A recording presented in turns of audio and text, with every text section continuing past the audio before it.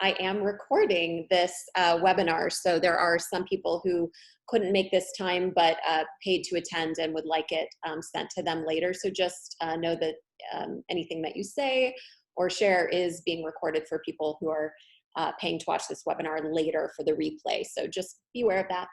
But yeah, we wanted to pop around and just say hello and quickly what your name is and one thing that you would like to get out of this webinar today or what attracted you to it. So we're being brief and just popping around. So I will start with, and I'll have to unmute you because that's the way I've got this set up today. So let me just pop into gallery view real quick and we'll start with Miss Popeye. Oh, hi, can you hear me? I can hear you. So your name, what you'd like. Okay, my name is Pina. Pina. Yeah, and I have a master's in counseling psychology, expressive art therapies, but I'm also a writer performer, so that's what attracted me. And I watched the show. It was awesome. Oh, thank you. Yeah, so I'm just here to learn more about this. Beautiful. Thank you, Pina. All right. Let's see. Johnny Ray, are you there? I see your room, but I don't see you. All right, Johnny Ray, you are up. Let me unmute you, sir. For some reason, it's not letting me. Please, if you're touching it, try not to because only I can unmute you with the way I have this setting. So, okay, I'll have to come back. I'm not sure why that's not working right now. Deborah, you are unmuted. If you could introduce yourself. Hi, I'm Deborah Ishida, and I did see Kamakshi's show, and God, was it amazing. Now, I still think it was therapy, but I think it was very well done therapy, and I loved it, and I'm looking forward to the discussion. Thank you. Thank you, Deborah. All right, Jackie, let me unmute you, and we'd love to hear from you. My name is Jackie Levy, and I too watched it, and it was very, very, I'm looking forward to this discussion. I'm looking at different shows because I'm trying to put mine together. So I'm watching this all kinds of different stuff. So I look forward to the discussion. Good, thank you, Jackie. Let's see if we've got Johnny Ray situated yet. Still not letting me unmute you. I'm not sure why. But, oh, okay, I think it is. Johnny, say hello. Good morning, everyone. Hey. And we'd love to know what brings you here, Johnny. What is your brief reason why you came to this webinar today? So we're just popping around. Everyone I'm seeing on the screen, that's why. Oh. Because everybody has a story, everybody has a thought and a feeling, and I'd like to soak it all up. And I've had Kamakshi in class a few times, so I'm very interested in hearing her process. Great. And processes with your guidance.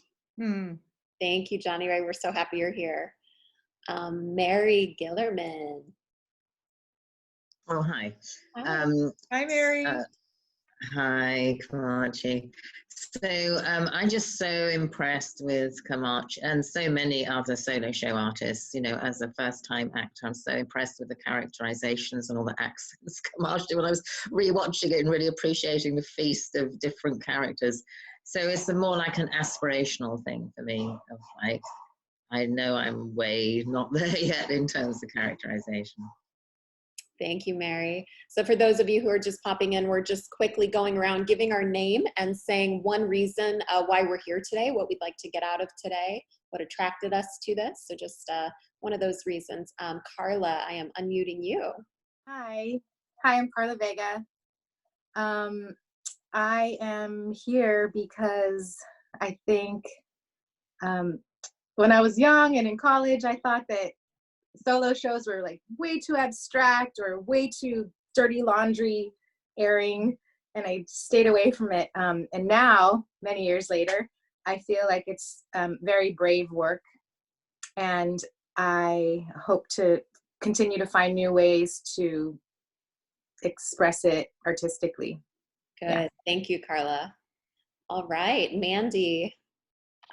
Hello, everybody. I too loved Kamakshi's show. You did an amazing job, and I was blown away by the characterizations. And I mean, the whole point of this is why I'm here. How can I turn my solo show into entertainment and not therapy? You know, the having the comedic timing in there was great, and just to hear more about how to get comedy more specifically in the drama that we go through.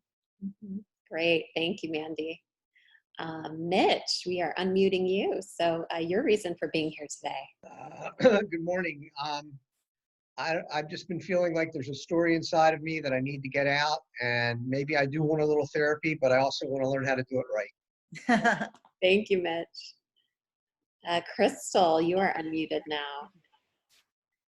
Crystal Bird. Hi. Sorry, I've been struggling to find decent light. I feel like I'm in the dark. Hi. I am an actor from Austin, Texas, and I'm working on a solo show called Sick, about chronic illness and ancestral baggage and those connections. And I am really excited to just soak up everything I can about the solo show process and Yay. touring especially. Wonderful. Thank you, Crystal. Bradford, are you there? I see your background, but I don't see you. Okay, so moving on. Yannicka, welcome, welcome. Thank you. Yeah, what brings you here today, Yannicka? I just want to keep learning, and yeah, it's such a pleasure to see Kamakshi's show. I haven't seen it live, so this is such a treat alone. Thank you. Yeah, just to keep learning and expanding, really. Good. Soak it all up, yeah. Yes, thank you, Yannicka. Excited you're here. And Bradford, you're back, so I'm unmuting you, sir. Sorry, it's not.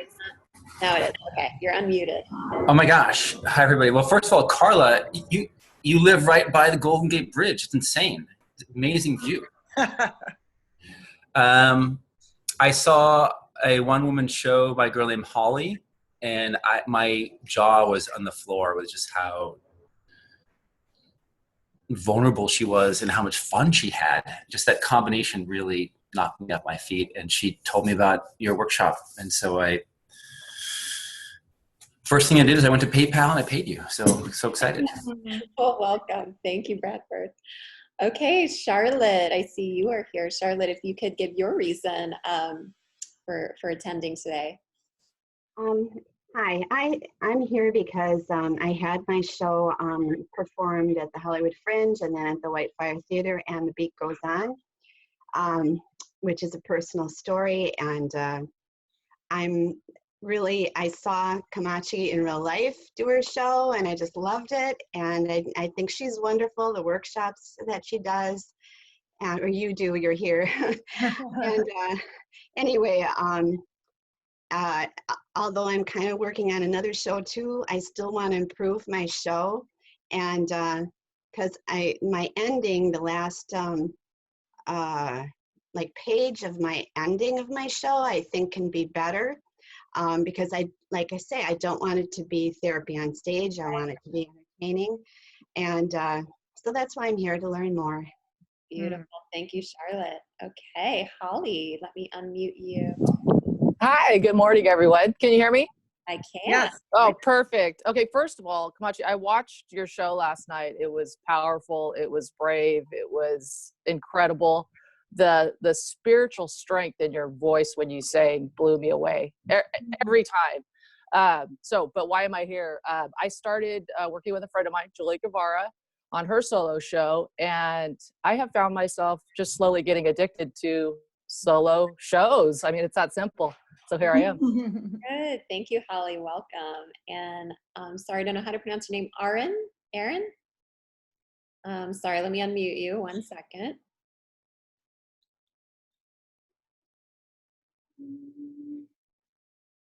Why it's not letting me. Sorry, over here.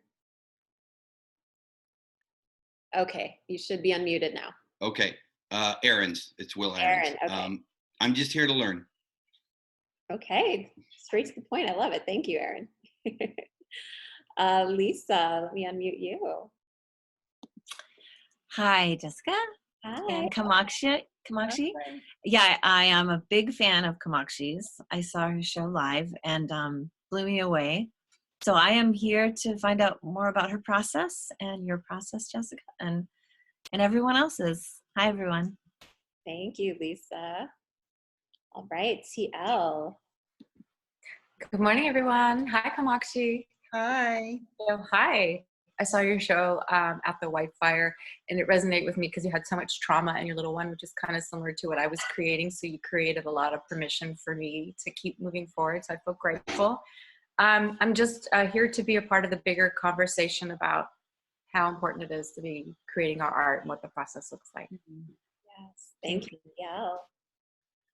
And Helen, I believe you just joined us. We're popping around, just introducing ourselves and what brings us here today, just succinctly saying what brings us here today. Hi, everybody. My name's Helen, and I just kind of flew in here by the seat of my pants, and glad to be here. And, you know, I just like to do my one-woman show. I feel like if I don't get it done, I'm going to blow my head off. So I'm here as an anti-type suicide mission here. I just have wanted to do it for years, and I'm just willing to soak it all up from you guys. And I'm sorry I haven't watched the show. I literally just flew in here by the seat of my pants. So okay, thanks for having me. Watch it later. I'll send you, or I think I sent you the link, but yeah, it'll be available to you later. Yeah. Thanks so much, Helen. Catherine, you are unmuted. Hi. I'm friends with Kamakshi. Hi, honey. How are you? Hi. I've known her for many years. I also wrote a solo show about 7 years ago, and I just did one workshop of it, but I was still kind of traumatized by what it was about, so I've kind of laid it to rest for all that time. But now I'm reviewing it and rewriting it, and really want to know more aspects about the business aspect, about touring, about, you know, taking it on the road, etc. Yes, good. Thank you, Catherine. Sheila, you are unmuted now. Good morning. Morning. So I am just getting started in this process of writing.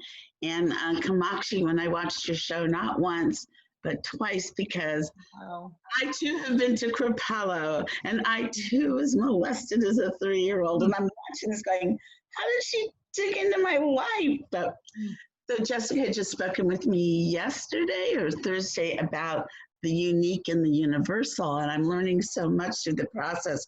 And so getting to see such a fine model of everything I'm being instructed on, it's like the difference between learning from a textbook, and Jessica, I say that in a complimentary way, but then really putting it into action. It's so, and to see that, I mean, to see that end product and go, wow, I can really work and happen. So I don't know, I just feel like I'm in the process of not only working on a show, but finding a community of people who touch my heart, and I just need to be here. Thank you so much, Sheila. We're excited you're here. All right, Carla, you already were introduced. So Catherine. Is that me? Yeah, Catherine, you're up. So what brings you here today? Hi, I'm Catherine Barnes. I wrote a solo show that I performed at a few different fringe festivals, and I guess I came to this because I saw that Kamakshi's show had music in it, and so does my show, and so I was really interested to just find out more about the process with incorporating the music in the show. Yeah, thank you, Catherine. Ellie, let me unmute you. Ellie, you there? Yeah, I'm here. Great, and your reason for being here today?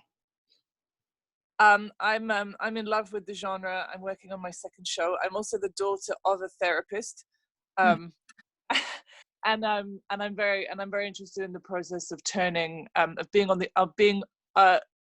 Kamakshi obviously has worked through, being on the other side of the things that were very traumatic, and so able to separate ourselves from it and tell the story, and how the material turned itself into the structure of the show.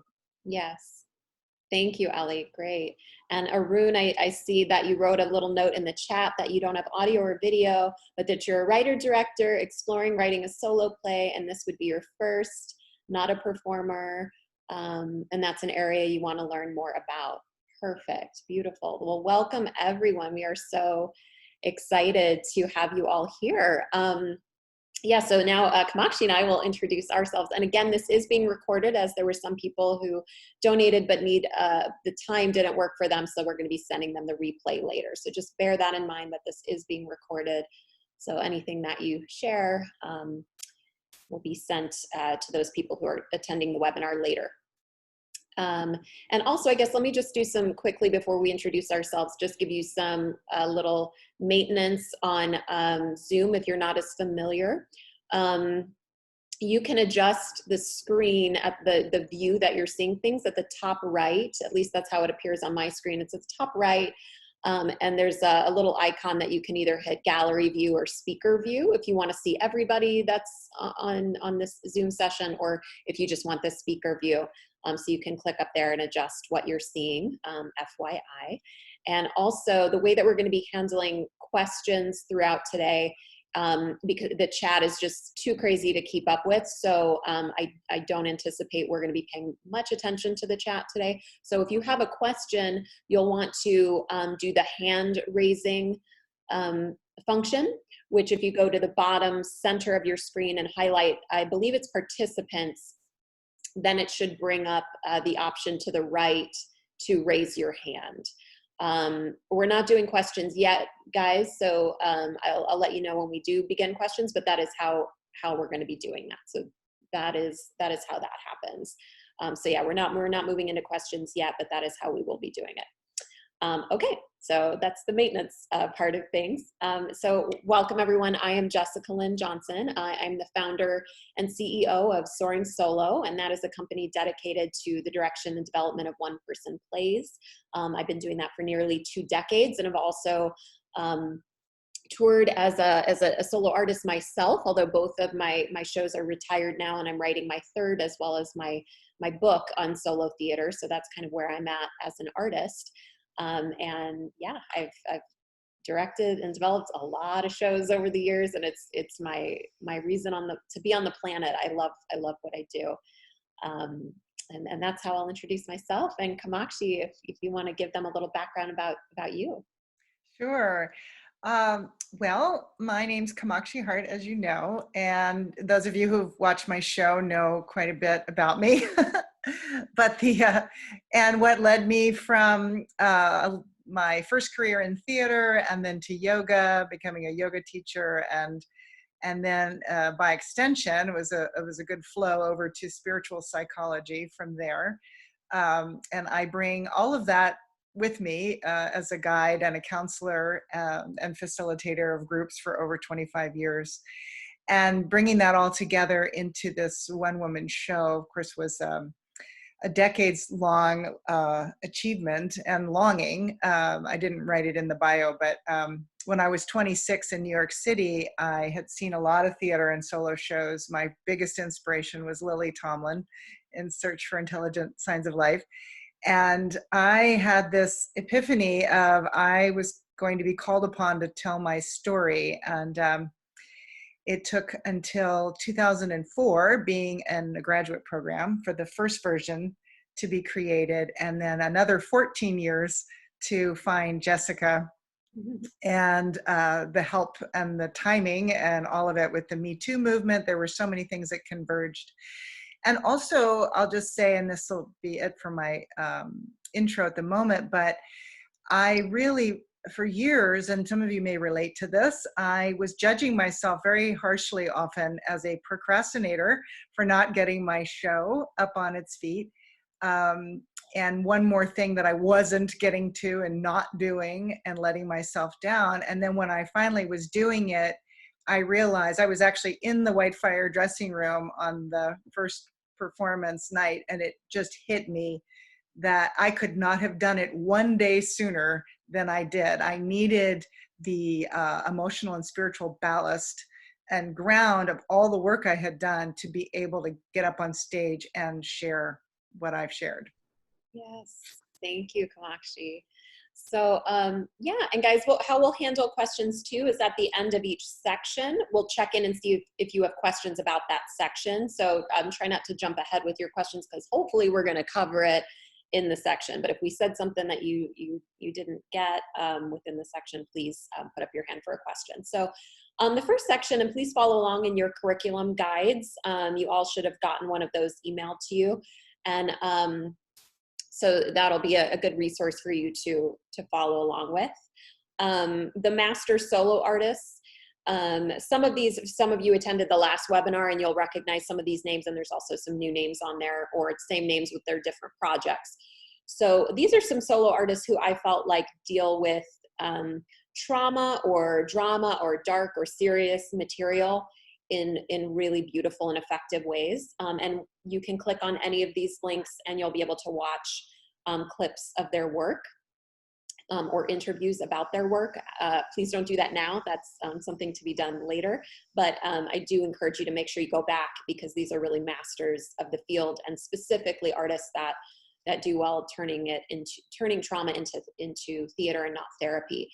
John Leguizamo in Latin History for Morons deals with themes like racism, and in some of his previous shows, he also deals with domestic abuse and also racism and other things.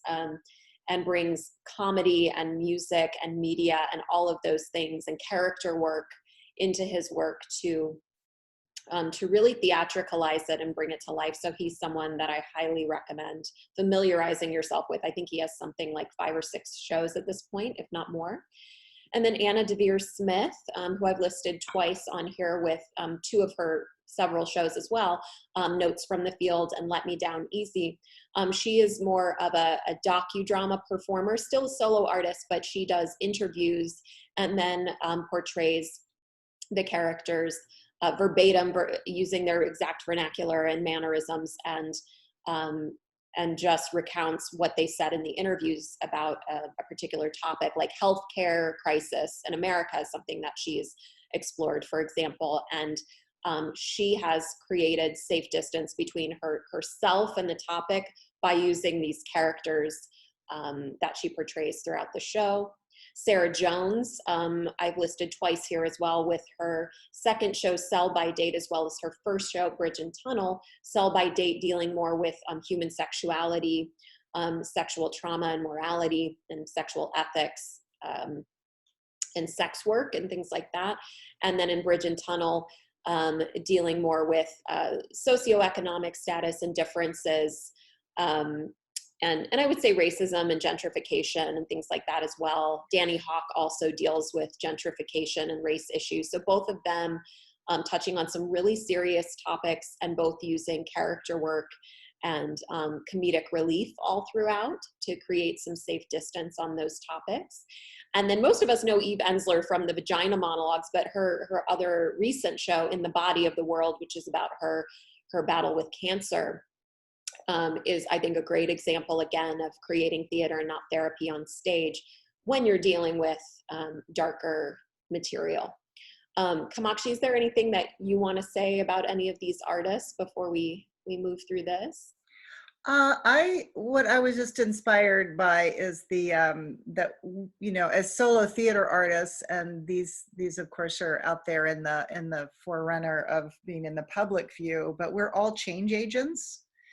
And the way in which we can, you know, heal ourselves through our process of our story and bringing it to the stage is what we have to gift into the world. And especially when we're sharing any of our traumatic material, we're actually supporting, including all of these artists, of course, whether they're voicing their own or someone else's, is that we're contributing to society becoming more trauma informed.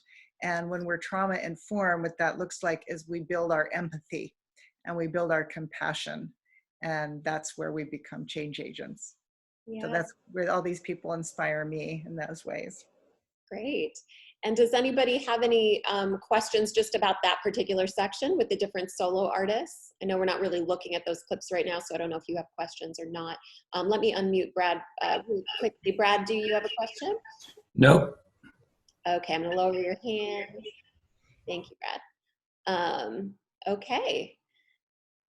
So let's go ahead and move into our next section, the creation phase. So this is where we're just going to really take a deep dive into actually creating this work. using our traumas, our dramas, the serious stories from our lives, the darker stories from our lives, and actually creating theater out of it. And we're just going to give you some a paradigm to view this through as we move forward. So I'll let Kamakshi start with the spiritual psychology view, which should color in some of how we're framing things today.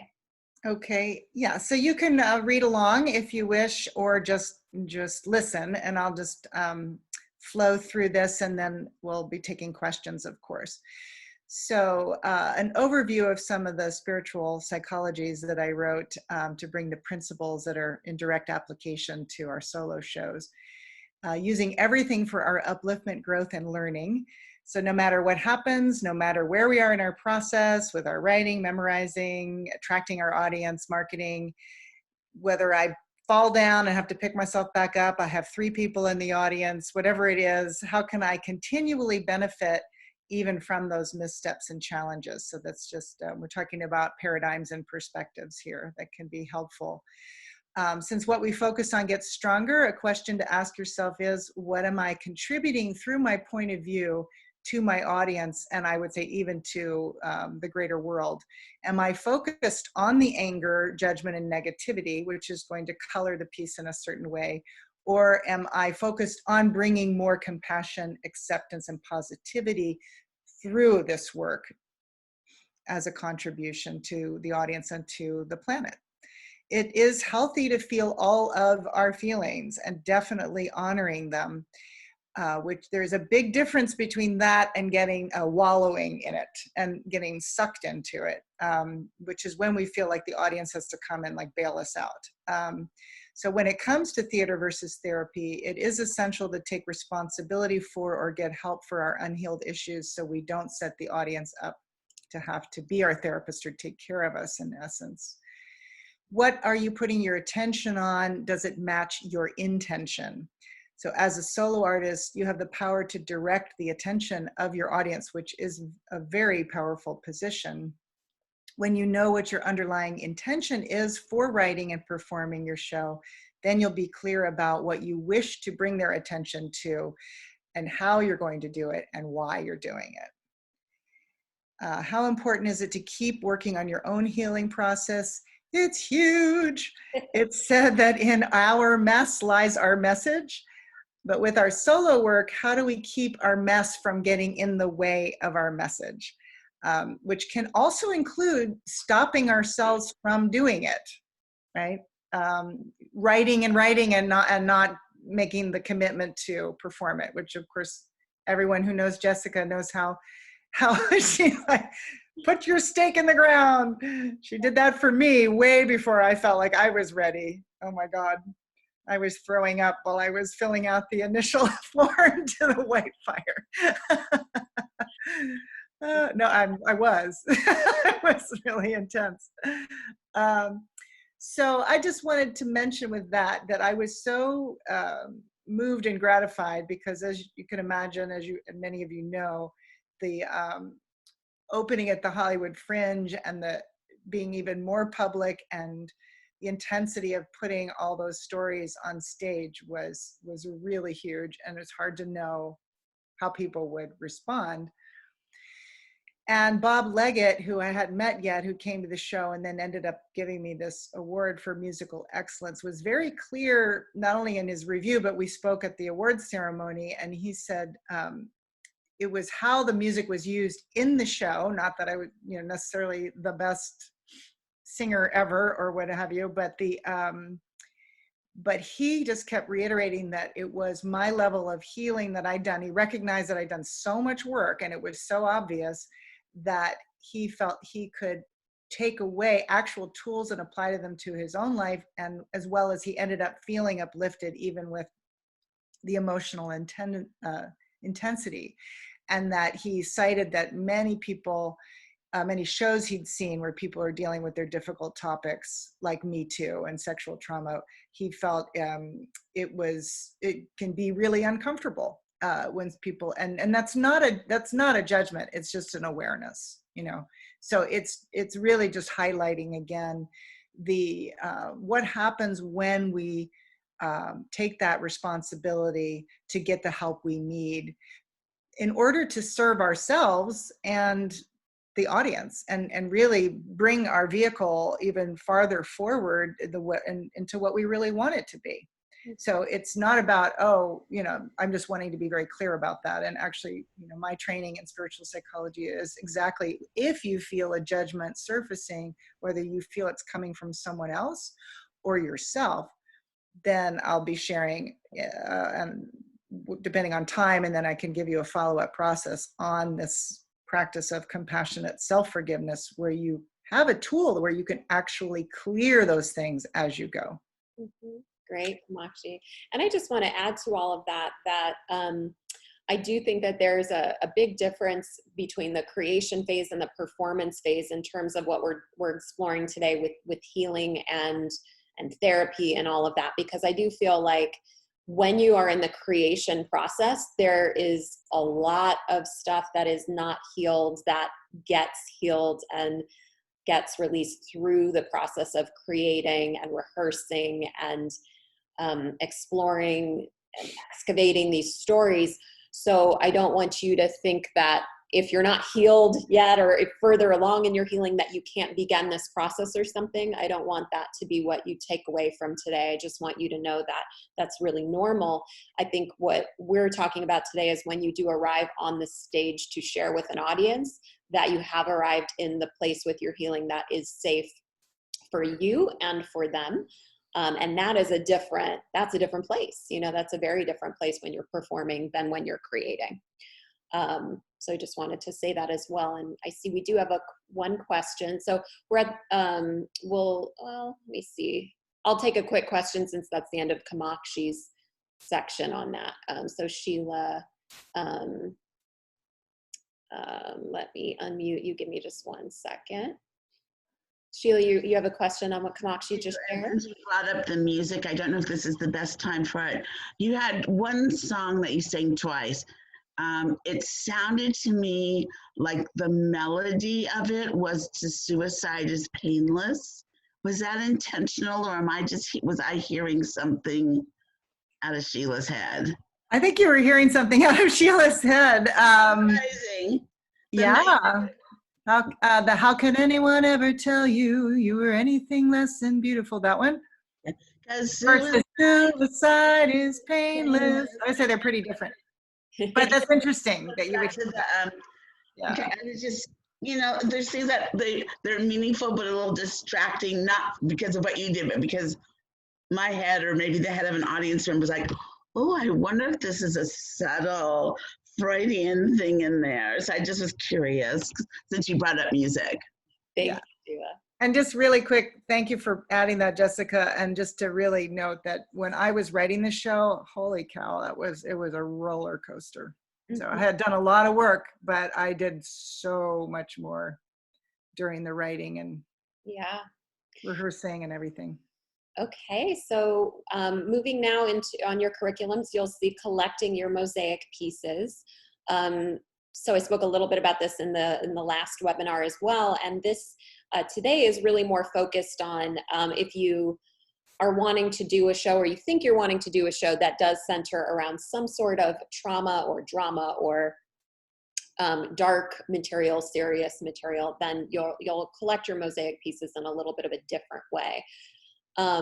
So what I mean by mosaic pieces is often when we're sitting down to create our solo shows, we work in excerpts. We start to collect all the pieces and the excerpts. Like we'll say, oh, this song, I feel an intuition that this song should be part of it, or this piece of poetry, or this monologue, or this character, or this scene where I'm going to play people, or this video, or whatever it is. So we're collecting all of these different mosaic pieces, and it's very important to allow yourself that sense of surrender in this journey to discovering what the mosaic pieces are, and not trying to get ahead of yourself when you have an idea for something comes to you for your show and you immediately discredit it because it doesn't make logical sense to you yet in your process. So I want to invite you to be very surrendered and very intuition based as you're discovering what your show wants to be. And that means you're just collecting your mosaic pieces and you're not sure how they're going to fit together yet. And you're not sure if all of them are going to make the final cut. And you're not sure what the order is and all of that. But instead, you're using your intuition to guide you on what all those pieces might be. And then through those excerpts and through those pieces, we will compile and create a solo work, a piece of art at the end of it. So in order to do that, I've put in your document some different exercises that can help you accumulate your mosaic pieces. Again, we're not going to be doing that today. You're not going to be creating them today, but this is something for you to go back and really go through and try these different approaches and see which ones work for you. So asking yourself, what issues you care about. So for instance, if you are dealing with, like in Kamakshi's show, sexual trauma, abuse, these types of things, if that's something that you care about, whether you've lived through it or not, just really asking yourself, what are the issues that you care about? Could be homelessness, alcoholism, sexual assault, domestic abuse, racism, homophobia. There's a slew of things, but really checking in with yourself about what it is that you get passionate about, that you care about, because if you care about it, it's going to increase the chances that your audience is going to care about it as well when they hear you speak to it. Asking yourself, what group of people would you like to reach with your work? Survivors of sexual trauma, people who have been the victim of hate crimes, things like that. So really taking a moment to consider who you'd like to impact with your work might help you shape what your mosaic pieces are. And also looking at who you admire from the past or present, or who you might be able to do an impression of, people whose stories you feel deserve more recognition or that you want to shed light on, and especially with relationship to the particular dramas and traumas and issues that you're passionate about. I've used this example before, but a mentor of mine, Adela Barnes, who is the founder of the LA Women's Theater Festival, she was able to be so successful with her one-woman show, which really dealt with impactful African-American women throughout history and the issues that they dealt with and the way that they survived and thrived beyond those issues. And I mean, she was lucrative financially. She bought her second home with the money that she made touring with that show, as well as impactful in an educational and inspirational way, being at all of these universities all over the globe. She's toured internationally, educating and entertaining, or edutaining, as we say, audiences. So asking yourself if maybe there are some people that you could portray in your show that would also help shed light on this topic. And then looking at what talents you possess in addition to acting and writing, and really think outside of the box with this. As you saw in Kamakshi's show, her singing, but she also did, brought her yoga into it. She brought character work into it.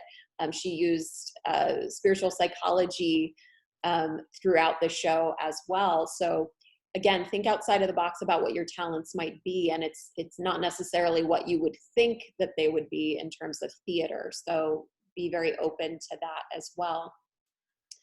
And the last thing I'll say before I open it up, because I'm sure Kamakshi has a million things to say as well, is as you're looking at creative mosaic pieces, another question you can ask yourself to help you cultivate those and accumulate those is, what is universal in your story and what is unique in your story? So again, with Kamakshi, those of you who watched the show, that we have the unique in the specific traumas that she went through. She had very, specific violations that she explores. But the universal is this desire to overcome, to thrive, to heal. We can all relate to that in whatever way in our lives, whatever the different circumstances are. So making sure that you have an access point for your audience that is universal, but a uniqueness to your story that keeps it interesting and intriguing, so they're continuing to tune in to see where the story is going to go.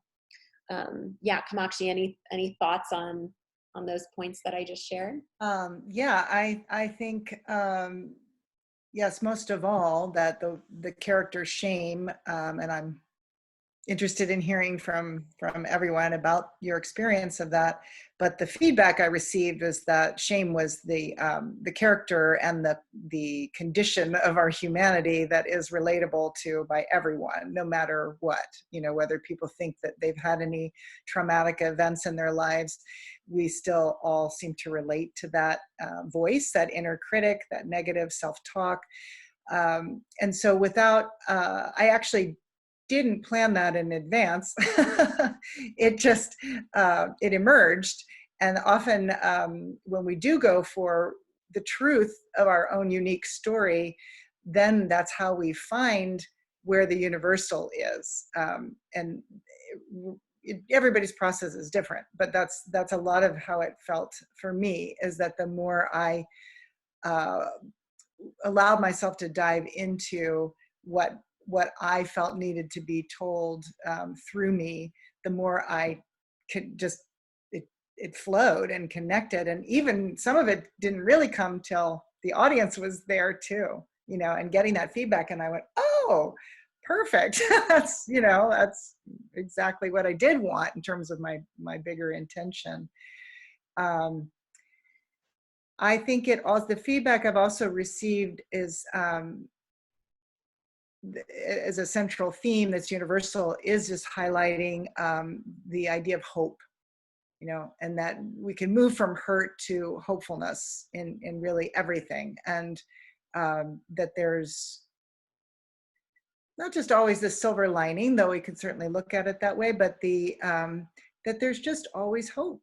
There's always that opportunity and possibility and finding our way, even when it's the bleakest and the darkest. And I think that's another core theme for my show that everyone related to. And I've heard that and experienced that in many other people's shows as well. Right, and a good point, Kamakshi, because it does come differently to everybody, arrive differently at different times in terms of being aware of what is universal or aware of what is unique in their story. And I think everybody has a different way into that. Some people are very aware of the universal first, and the vulnerability of sharing the unique is a little too scary right at the beginning of the process, or the other way, where some people are very aware of what their unique is, but they don't quite get how to bring everybody else into that experience yet. And both starting places are perfectly fine. The most important thing is that you start somewhere. Any questions about that section? Okay, Catherine B, let me unmute you. Catherine. Hello.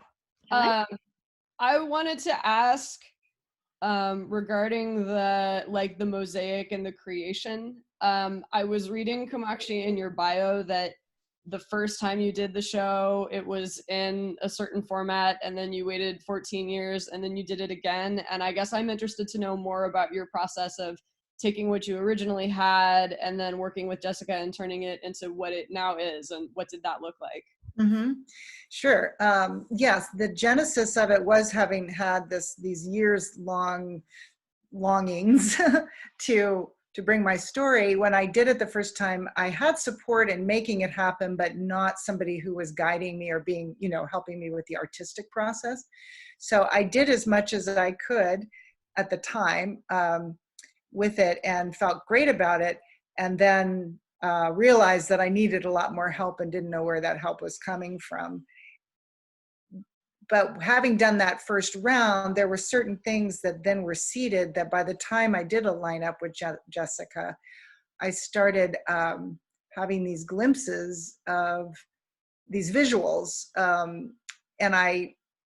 not really a visual artist, but I even made little pencil drawings. And so when I very first talked to Jessica, I said, somehow I know what the beginning needs to be.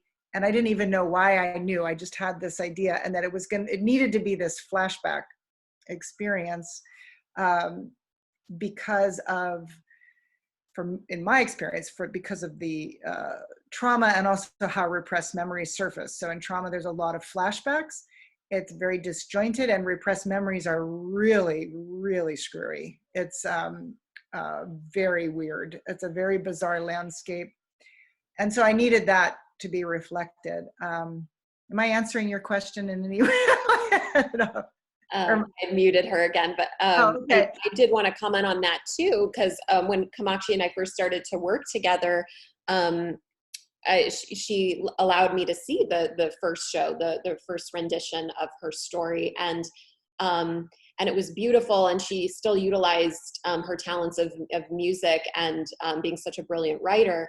But what I would say the main difference is that there was a lot more abstract and I would say a lot more room for interpretation in terms of what certain events were in the first show. And in the second show, there was all of that specificity of what the incidents were, of what the events were, of what the specific feelings around those things were, and what the specifics were around the healing journey.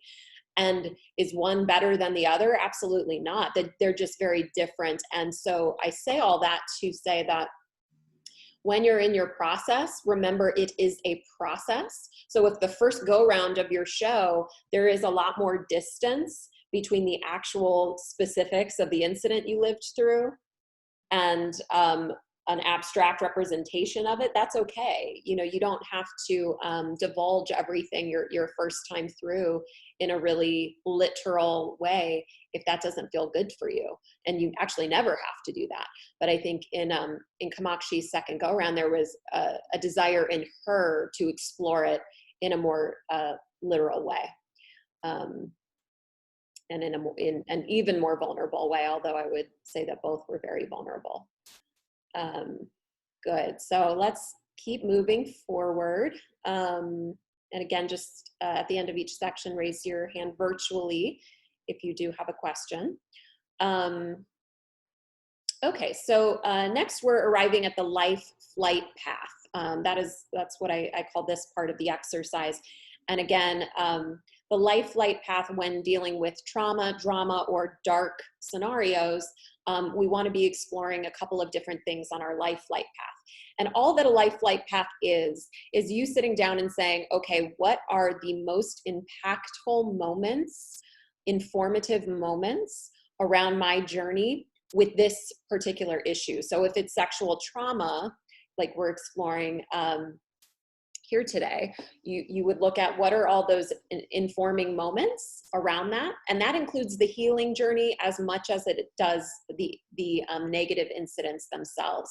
So you're really just making a bullet point list for yourself and staying somewhat distant. It's really just looking at it from an outside view. Okay, here are the moments that informed me, as much of those things as you're aware of anyway. And as we go through the process, you'll see there's some other ways to dig into things that you might not remember or might not be aware of in this moment. But as you stand now today, what are the things that you remember? And just making a bullet point list of those landing moments in your life, those important and impactful moments of both the healing and the trauma. Anything you want to say about that, Kamakshi, of creating that list? I actually, what helped me the most with that was being in your Saturday morning class. You know, there were several really significant prompts that I was saying to Jessica recently that there were two pieces in particular that I actually wrote in the class because there was one prompt that said, what has to be told that's something that you've never spoken to anyone, or something like that. Mm-hmm. And then I made myself get up and do it because I knew it was a safe space, and I felt like I had to have that breakthrough, and it was enormous. Every cell of my body was shaking. It was, but that I found a combo helped me a lot to be in person, which, well, obviously we can't do that yet, but you know, being connected and getting the prompts, and that really helped me, because as those of you who watched it and saw the show know, when there's things that are really toxic and difficult, I just don't know if I would have been able to do that without the addition of the community support. Yeah. And so on that note with the life flight path, so let's say you create your list and there is no like magical number for how many bullet points should be on that. It could be 5, it could be 50. It's totally unique to the artist. But when you look at that life flight path that you have now bullet pointed out, now the job is to decide which of those you want to write about. And again, letting intuition be your guide. So it's not like we have to work in chronological order to develop out these pieces, because there may be pieces that you don't choose to write about at all. They just were on the path, but they're not ones that you're going to write toward. So when you sit down and look at the different bullet points, just ask yourself what you're curious about, inspired about, or feel like expressing, and then begin writing on that particular bullet point. And that will also be a key way to start creating your mosaic pieces. Any questions on that, on life flight path? Not seeing any hands with that. Okay.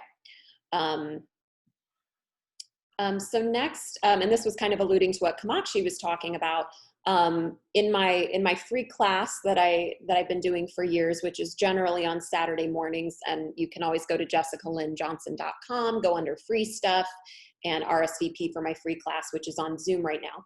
But in that class, as well as every day right now during stay at home, I'm also doing this same exercise called Isolate, Meditate, Create. And what it is I utilize meditation and visualization as tools to get you out of your head and into your heart.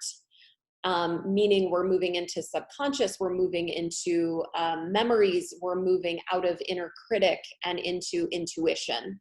And meditation and visualization have proven to me over and over and over again to be really incredible tools to use in the creation process. And so I included a link in the curriculum to go back and listen to the meditations that I have on my YouTube channel. I have somewhere around 30 of them right now, and they're all free and all accessible. So try it, see if that works for you. But what I find with the hundreds of solo artists that I've worked with is one of the biggest obstacles that we have to get through and get beyond is that part of our mind that talks us out of our intuition immediately before the pen even hits the page, so to speak. So you'll have an idea to write a story, and immediately the mind comes in and says, why would you write that? That's not even what your show's about. Do you think anybody even cares? Is that even interesting? And that voice takes over. And so through this process, through the meditation visualization process, that voice is not really welcome in that space. We're cultivating a censor-free zone to just let our intuition guide us and see what comes out and comes onto the page that way. And that's where I find a lot of the gems of what our story really wants to be show up. And I think, Kamakshi, do you have anything else you want to share about that? Or even just about spiritual psychology tools to get out of our own way in order to find that material? Yeah, there's a few that come to mind that some of you may be familiar with something like them. There's, if you're really feeling stuck or also really wanting to get some of the pain, it could be the pain about the trauma, the anger, the upset, or it can also be detoxing from that negative voice like shame that's saying, who the fuck do you think you are? You can't write your own show. Nobody's going to give a shit or whatever. You're not good enough. There's something called free form writing, where you just give yourself space, stream of consciousness to write, and then you burn it. And you dump all the negativity you possibly can. You do not reread it because it's intended to, as my teacher said, garbage out. Don't read it and take the garbage back in. Just burn it or rip it up in little pieces if you can't burn it. And then what you can often will harvest from that are what the judgments are you have against yourself. And there's a very unique process. I do a little bit of it towards the end of the show with shame, about self-forgiveness. I forgive myself for judging myself for fill in the blank. At the end of this curriculum, you'll see I actually have a class coming up on Wednesday, April 29th that's free about forgiveness and healing. I will be going over this process specifically. You can also email me. My contact's at the bottom of this curriculum, and please email me and I will send you a written these written exercises. The getting to the other side of all this is funding our relationship with what's called the real truth, which is the view of ourselves as valuable, worthy, amazing, unique, talented, with gifts that only we have to share, that nobody else has in the way we do, with stories that we have to tell that nobody else has, but in the way that we do. And that leads itself to a habit and practice of self-appreciation. You know, and I don't know anything of all these things that are more valuable, and there's other stuff too, but that's a little kind of an arc of those three. And like I said, you can follow up with me and I will share more. Good. Thank you so much, Kamakshi. Those are awesome. So next we're looking at arranging your mosaic pieces. So you go through these different exercises that Kamakshi and I have suggested. You have all these mosaic pieces sitting in front of you. So now what do? Which ones stay? Which ones go? What order do they go in? All those types of questions. So the first thing that I would ask you to consider is, what is your dramatic question? And you may not know that at this stage, and that's totally fine. But if you do know it, it's going to be very helpful in shaping your show.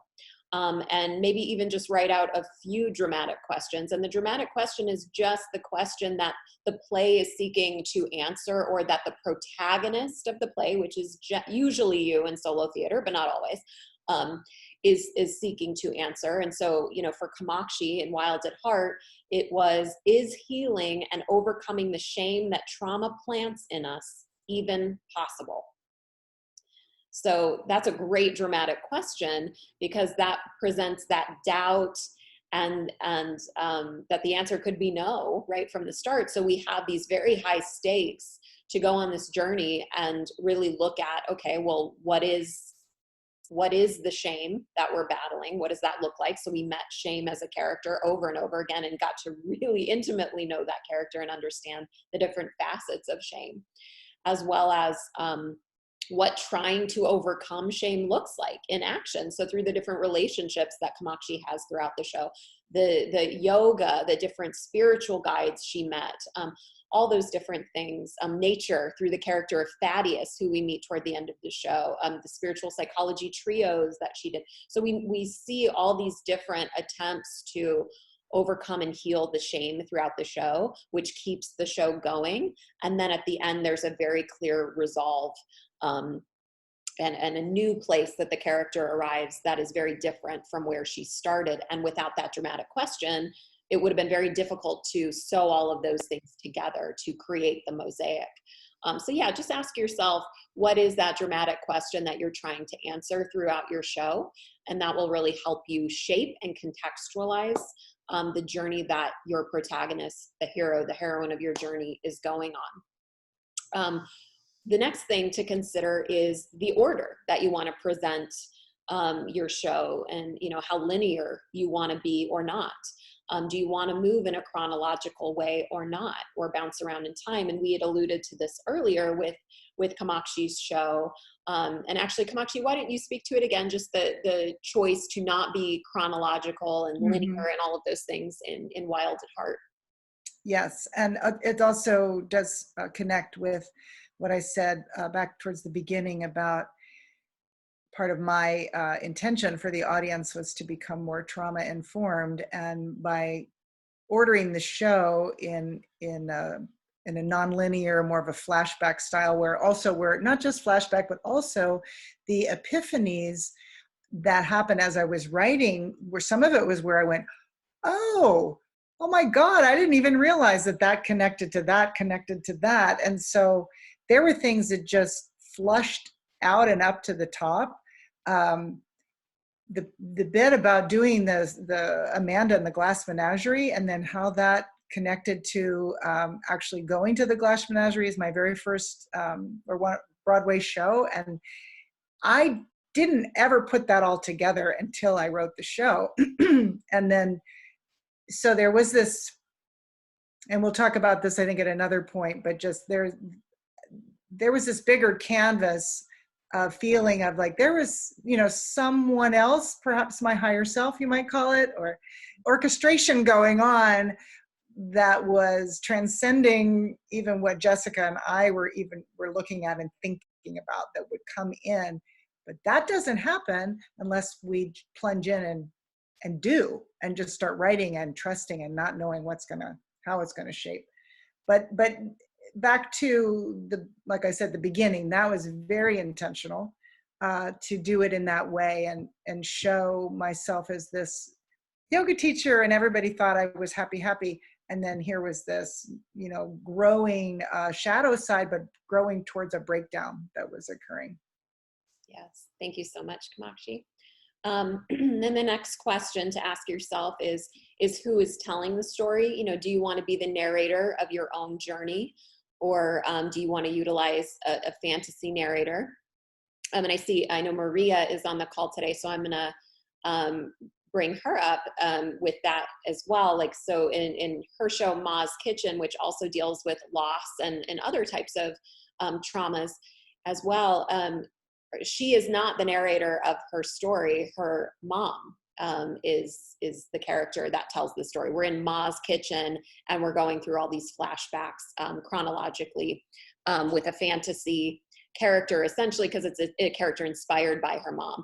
And Maria has an alter ego, like a version of herself that Ma talks about, and we see these flashbacks with Maria's character throughout the show, but she actually does not tell her own story, versus in Kamakshi's show, in Wild at Heart, Kamakshi is our primary narrator.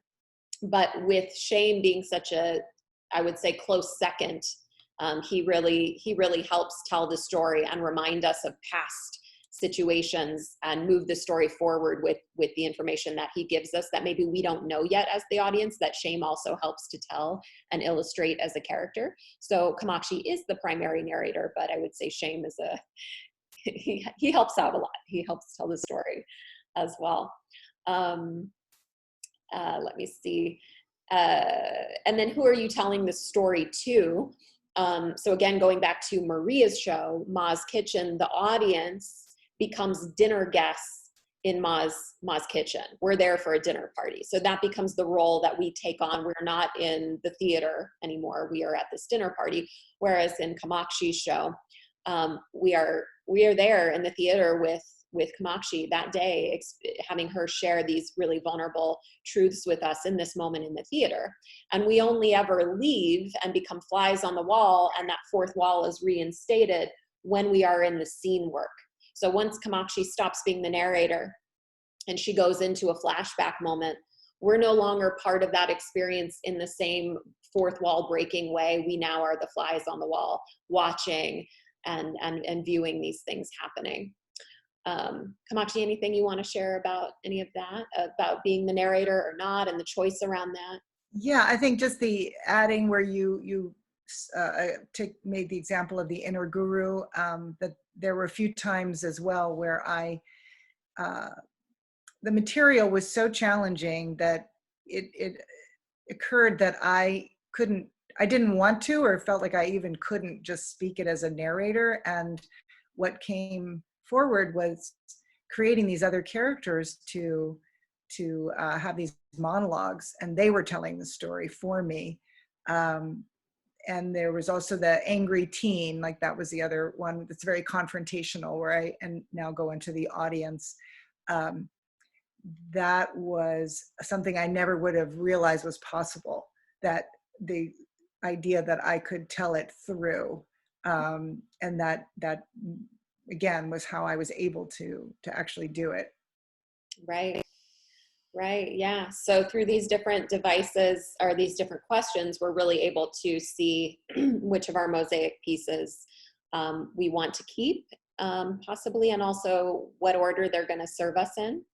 And I didn't include this on today's curriculum, but also it might behoove you to just look at different playwriting structure or story structures to help you figure out how you want to tell your story. And that could be a very traditional, playwriting structure, beginning with your inciting incident and going all the way to your, denouement at the end, if that serves you. But in solo theater, there is not one set structure. There is not one set format. The beautiful thing about this genre is that you are creating on a unique, authentic piece that has never been created and will never be created again the way that you would do it. So in that way, we don't have to overly concern ourselves with traditional playwriting structure. Any questions about that section before we move into the presentation of your mosaic? Not seeing any virtual. Okay, Brett, Carla, let me unmute you. Carla, your question? As far as the dramatic question, are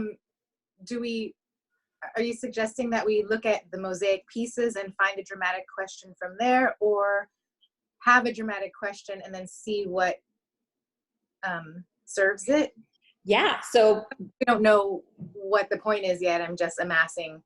Yeah, so if you're clear on your dramatic question, then you read through your mosaic pieces and see which ones serve or don't serve that question.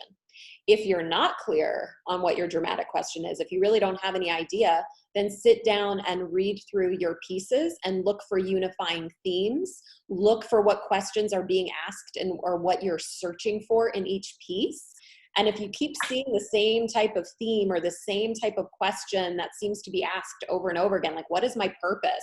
Why do bad things happen to good people? Or whatever the question is, am I going to survive this? Are there any good people in the world? Is there such a thing as true love? Whatever you start to see coming up over and over again might help you go, okay, there seems to be a prevailing thought, a prevailing theme, a prevailing question in most of these pieces, and you might get some vision on what the outliers are. So either way, really reading through all of your material, and that's usually what I call a master read, and reading it out loud, really hearing yourself. You may even record yourself and play it back later so you can listen to it from that perspective too. Can be really informative on what is the dramatic question and what's the order and what's interesting and what bores you and those sorts of things as well. Thank you. Thank you, Carla. Okay, and Catherine, your question. Sorry, just real quick. I noticed that this show, Kamakshi's show, and then also the show from the last webinar were both like an hour and a half long. And in my experience with the Fringe festivals I've done, like, I'm lucky if I get an hour, and I've even had like 45 minutes. So I was just wondering, like, you know, is that a consideration at all when you guys are doing this process? Yeah, I mean, I don't believe Heather's show was 90 minutes. It should not have been, I don't think, and it certainly wasn't when we did it at the Fringe. Maybe we added extra things in the version you saw, I can't remember, but Heather's show is typically, so Unemployed Finally, which was the one we explored last week, is usually only a 65, maybe 70-minute show. I would say Kamakshi's show tends to be about 80 minutes usually, but that depends on, and we're going to get into this later too, but that depends on audience response. And we do want to allow our audiences to some degree to dictate the pace of the show in terms of we don't want to stop them from laughing. We don't want to stop them from crying and audibly exhaling and releasing, like, you know, so there is to some degree an element that they control the pace as well as we do because we are in that communion together. And we're going to get more in depth into this later, but that is a consideration when I have selected venues for Fringe or highly suggested them to my clients. We take that into account. So, you know, my show, the Kamakshi show, was at the Lounge, and the shows that I'm doing this year in the Fringe are also at the Lounge Theater because of the fact that they give you extra padding on either side to load in and load out and have that prep time as a solo artist. So we'll get into that later when we talk about runtime in festivals. But yeah, it is absolutely a consideration how long something is in a festival. And Kamakshi's even done the LA Women's Theater Festival where we had to trim it and look at for half an hour of content. So, and again, we'll talk about that more in depth later. But yes, runtime is definitely something to consider. Okay, Kamakshi, did you have anything you wanted to add about runtime or? No, we can talk about that later. Okay, great. So presentation of the mosaic. So now you've pretty much isolated what the pieces are that you're going to include. You've played around with who's gonna say it, what's the dramatic question, those sorts of things, and now we're getting into the presentation. So those of you who have worked with me can attest that I'm a little bit of a broken record about this, but show me versus tell me, because this is theater. It's not storytelling. It's not stand-up comedy. It's not poetry. It has elements of many of those things, but it is theater. So we always want to ask ourselves, how do we make it experiential and entertaining for the audience? And in this realm, where we're also looking at trauma and drama and serious topics, even furthermore, we want to figure out, how do we keep them engaged? How do we not push them away? How do we call them to action? And how do we keep a safe space for all of us as we go on this journey? And so those are some of the things we're going to be exploring in this section. So to begin with multimedia, you know, and technical aspects of the show, how can you utilize those things to make your story more entertaining and also keeping it in a safe space? So for instance, with Kamakshi, we did a lot of things like with light. When she was narrator, we had a very specific look for lighting, but when she was with Shame in the closet, we had a very different, eerie, very dark and gritty look because we wanted to make it experiential, how dark and in tight quarters it can feel to be locked in a closet with your shame, so to speak. But when we were warm and open and inviting as narrator, we expanded in our lighting looks to create a great contrast with that. Kamakshi didn't choose to utilize much in the way or any projection images or video, and she can speak to that, but we did utilize sound design throughout the show. Kamakshi, you want to speak to any of those choices in your show with regard to the... Yeah, I guess I was very struck by the some of the first shows that I saw and other of the starkness. The first show I saw was Diana Varco's Shattered, and that simplicity of just wearing black and very few props. It appealed to me because I liked I related to that sense of wanting to be that raw because of the vulnerability that I was presenting. I also just, for projections, I saw examples that other people did where they had like pictures of their families and that did not feel appropriate for my piece. And it felt like it would have been really distracting for me. And I also didn't see in any way how that it was going to enhance the show. And I thought of a few here and there that might work. And then I thought, but then I'm setting a precedent of projections, and only to have a couple just didn't seem like that made any sense.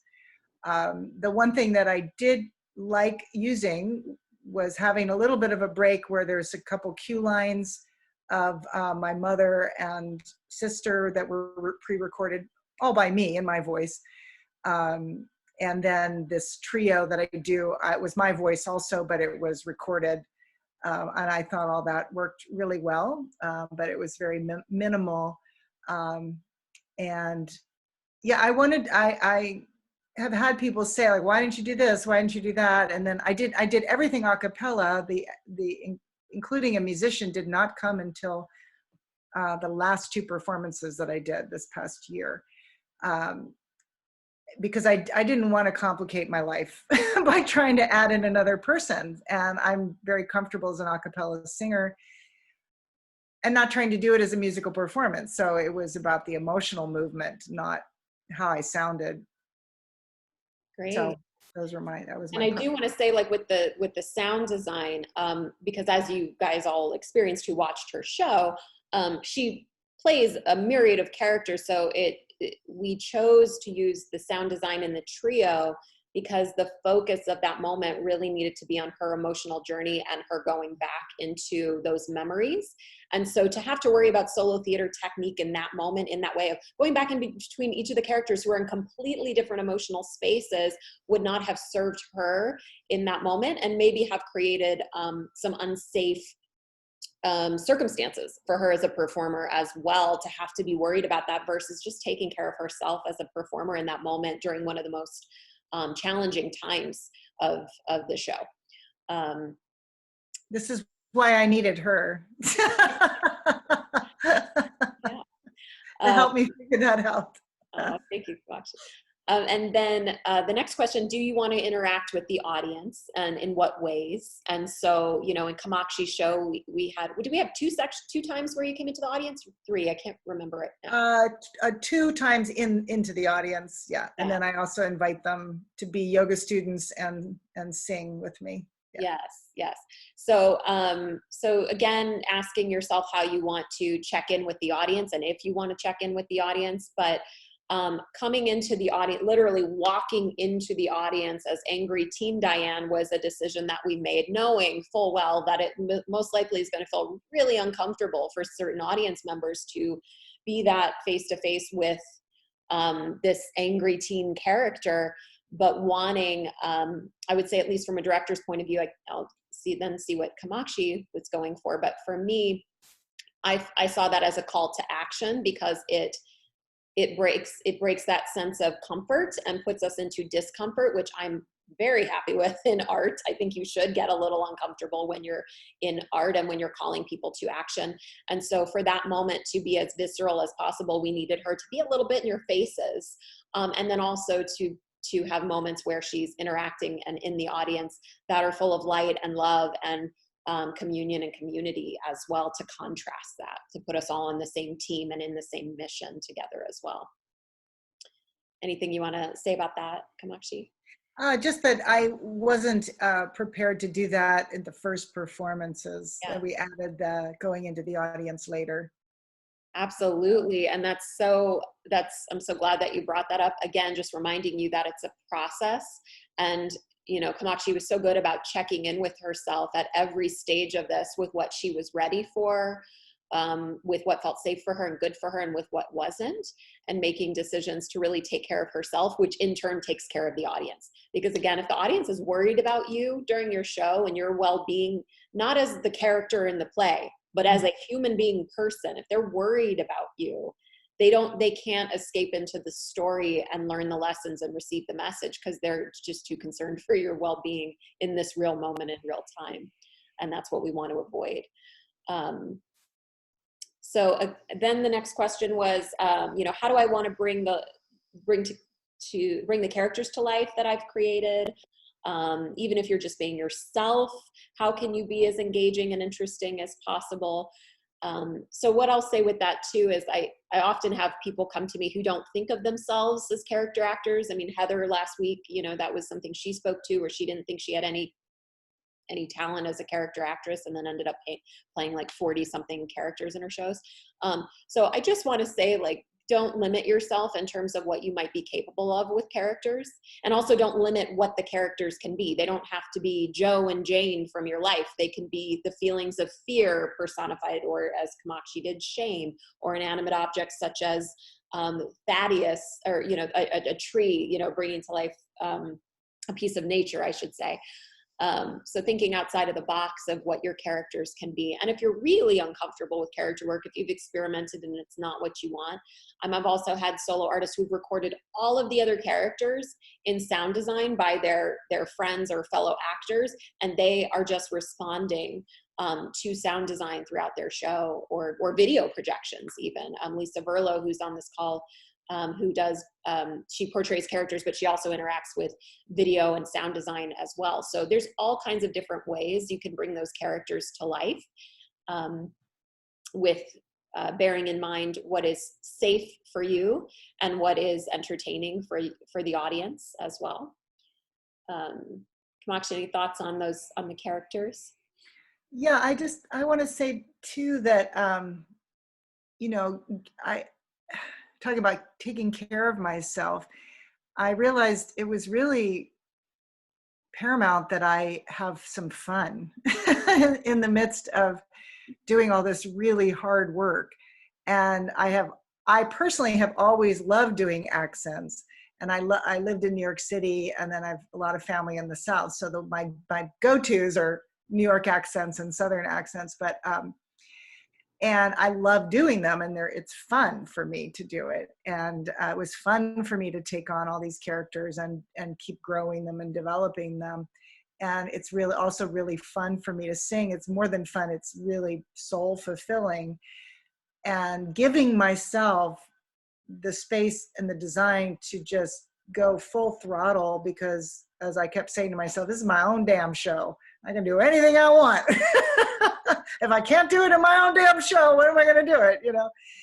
And all of that helped to offset, like I said, the really hard work. So finding those things, whether you think you're good at them or not, you know, who the fuck cares, right? It's like, what do you want to have fun with?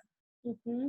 Yeah, and that brings us into, you know, the comedic relief or joy-filled characters, light-filled characters. You know, as you're choosing which character should tell which part of the story, and if you feel like it's been too dark for too long, maybe bring in a funny character. You know, bring that comedic relief where it's needed. To help bring some other colors into the story. And then also looking at your special skills. So that's the next thing on the list. We talked a little bit about this before, but just thinking outside of the box about what those are: singing, playing an instrument, doing accents, as Kamakshi just spoke to, practicing martial arts or beatboxing. I mean, there's so many different skill sets that you can use to really theatricalize your story. And then this becomes, especially with this type of material where we are dealing with trauma or any sort of unflattering or difficult material, using names. You know, do you use names? Do you not? Amalgamation is a tool, like creating character composites. These are tools that I really highly recommend if you have legal concerns or if you have just interpersonal relationship concerns. You can really make a composite of multiple people and create one character that represents them. Again, or you can, in Chemo Barbie, we had a character that represented a few different narcissists in her life. So it was an amalgamation of a few different narcissists that we just called NARC throughout the show. And that helped keep people's identities private, but it allowed her to really express what she needed to express as an artist. So that's an example too. But Kamakshi, I'd love for you to speak to that, when to use names, when not to, in your experience, and how to represent characters in that way. Yeah, Jessica invited me into that exploration, so I just started going with that convention where most of the real life people, especially all like private personalities, I went ahead and changed their names, though in some cases, you know what I'm saying, well, this is my grandmother, I could have used her real name, but I just went with it. The exceptions were some people with Sanskrit names, which are a little more either, I say, obscure reference, nobody's really going to know who that is probably, and or they're a public persona. Some of the characters, there's never even a name mentioned, but definitely the people from my life, I did change their names. I suppose just buffering in an honor of their anonymity. It felt like a good choice. Yeah. Great. And just to say, you know, I'm obviously not an entertainment lawyer or anything like that. So if you do choose to use people's names, certainly look into the legalities of that if it's a concern for you. I had heard that John Leguizamo is in some legal dispute with his father because his father is not represented in a positive light whatsoever in multiple of his shows. And is obviously very aware of his presence in the shows that John's created. So it's just something to be mindful of and to make decisions that feel right for you, and to, you know, if legalities are a concern, looking into that. So let's see.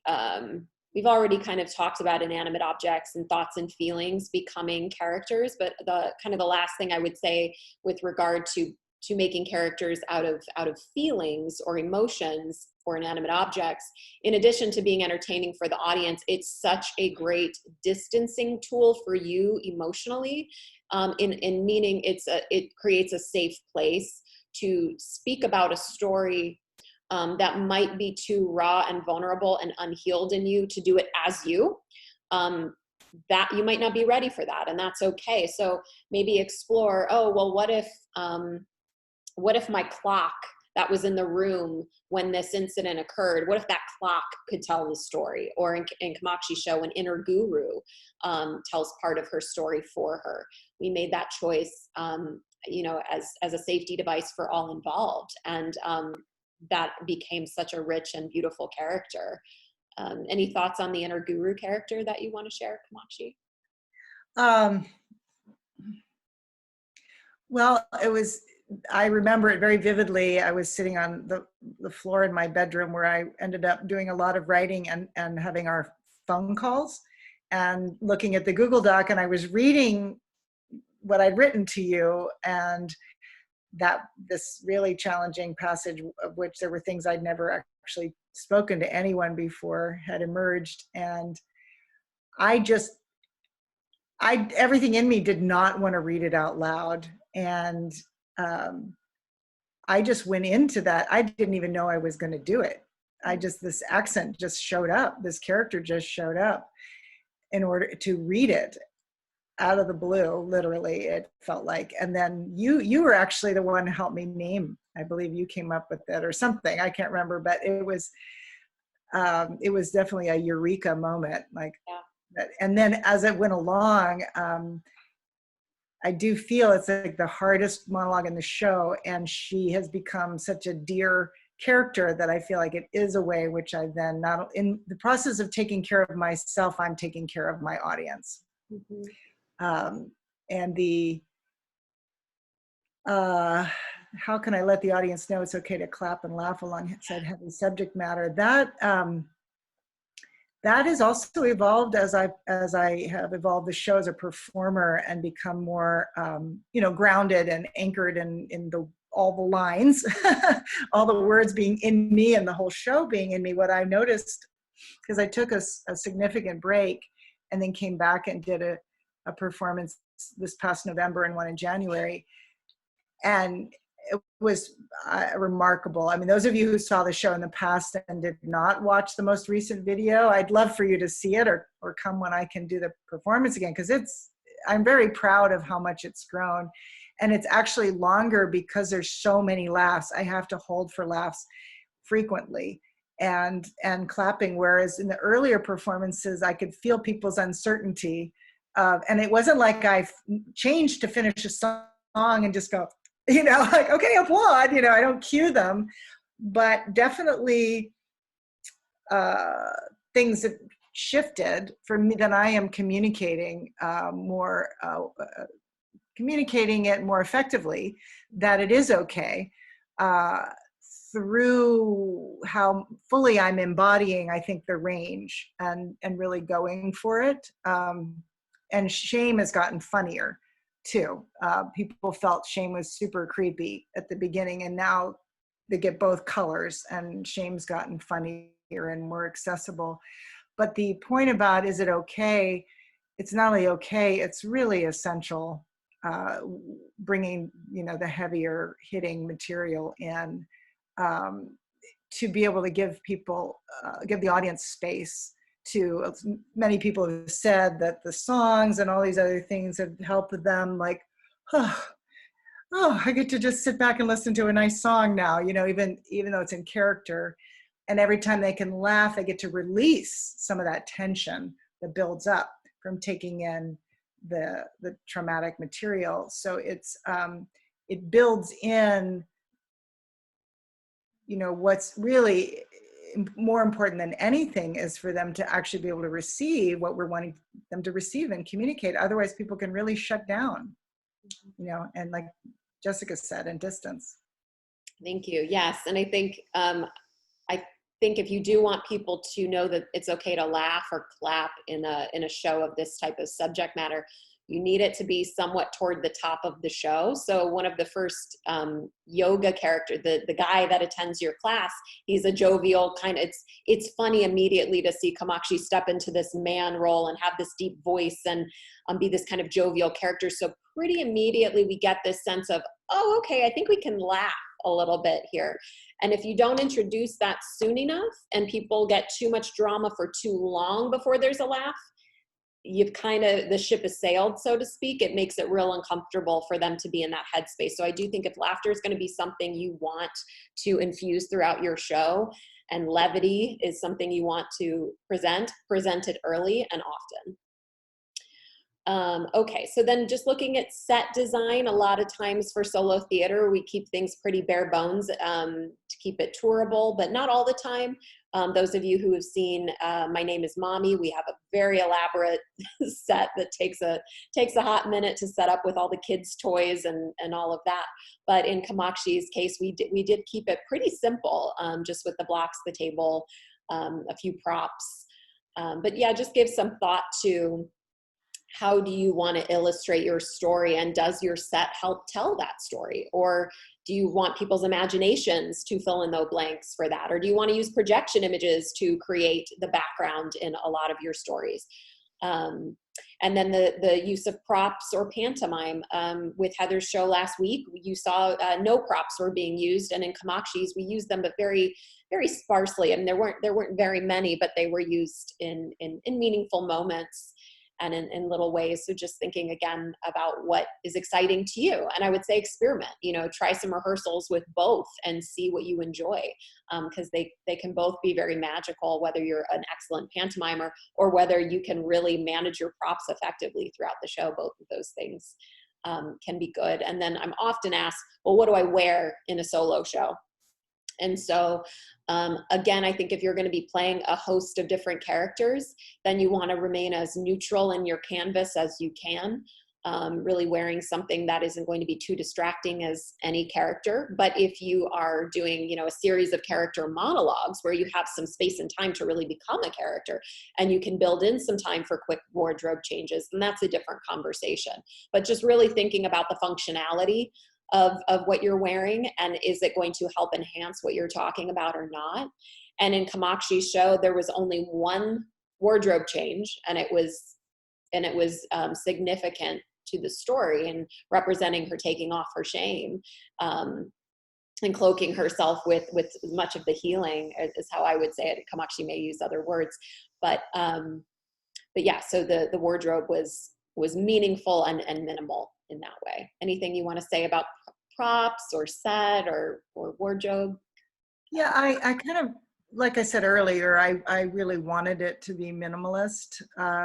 That's just what made sense to me. And then the additions were just functional.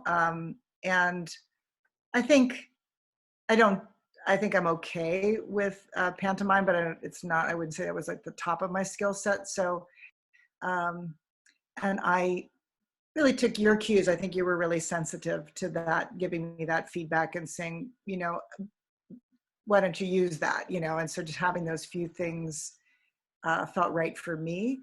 But of course, either work. And I would say that I'm pretty sure I could do the whole show. If I was touring and I lost all of my props, I could still do it. Mm-hmm.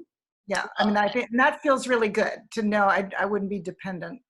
Absolutely. And I encourage you, even if you do decide to do a show without props, rehearse with props multiple times just to memorize the weight of things and the feeling of things in your hands, so that when you do set them down, that muscle memory is already built in and creates much more truthful pantomime, because nothing pulls us out of a story faster if we're like, well, that cup that they were just holding a second ago just disappeared. That pantomime cup, where did that go? It would have spilled. And then we get pulled out of the story thinking about the practicality of those things. Okay, so now looking at the solo theater technique that can be used in your show. So again, there is definitely technique in solo theater that is unique to this genre and so different from any other type of genre, especially if characters are being used. And in an ensemble piece, we have another character walking in and establishing themselves. In a solo show, how do you immediately create that somebody else has entered the space? You have to do that in the body. You have to do that in the voice. You have to create poses and voice distinctions with every single character. It's almost like a dance. It's almost like choreography in that way. Every character should have their home base pose that they hold. With Shane, he was very crouched down and very, squishy, and we always recognized him right away when he would show up, versus Kamakshi usually had more poise and in the way that she was, and vocally very different. So we had those cues. And eye lines. Our eye lines are so important too. If we're looking up at a character, signifying they're taller than us, or looking down if we're speaking maybe to a child or something like that. So paying attention to our eye lines and where are characters in space, and where are characters in space in terms of forward-facing action or side-to-side action. Meaning, is this person standing right next to us, and so we're switching sides when we're becoming different people, or are they right across the room from us? And then we're switching our poses, but our eye line is staying straight ahead. So there's so many different techniques to begin to educate yourself about. And the best way to do that is to see a bunch of solo theater, because you'll see when you're getting confused by somebody who doesn't have good technique, when you're not sure who they are and what character they are and where the characters are in space, and when you're crystal clear on who characters are. So just paying attention to how you notice that in other people's work. And then we had the question of, how can I honor the darkness within my story and yet find tremendous light? And I think that's really the name of the game when it comes to this type of theater, when we are dealing with trauma and dark subject matter, is we don't want to trivialize it, and we don't want to make light of something that is heavy.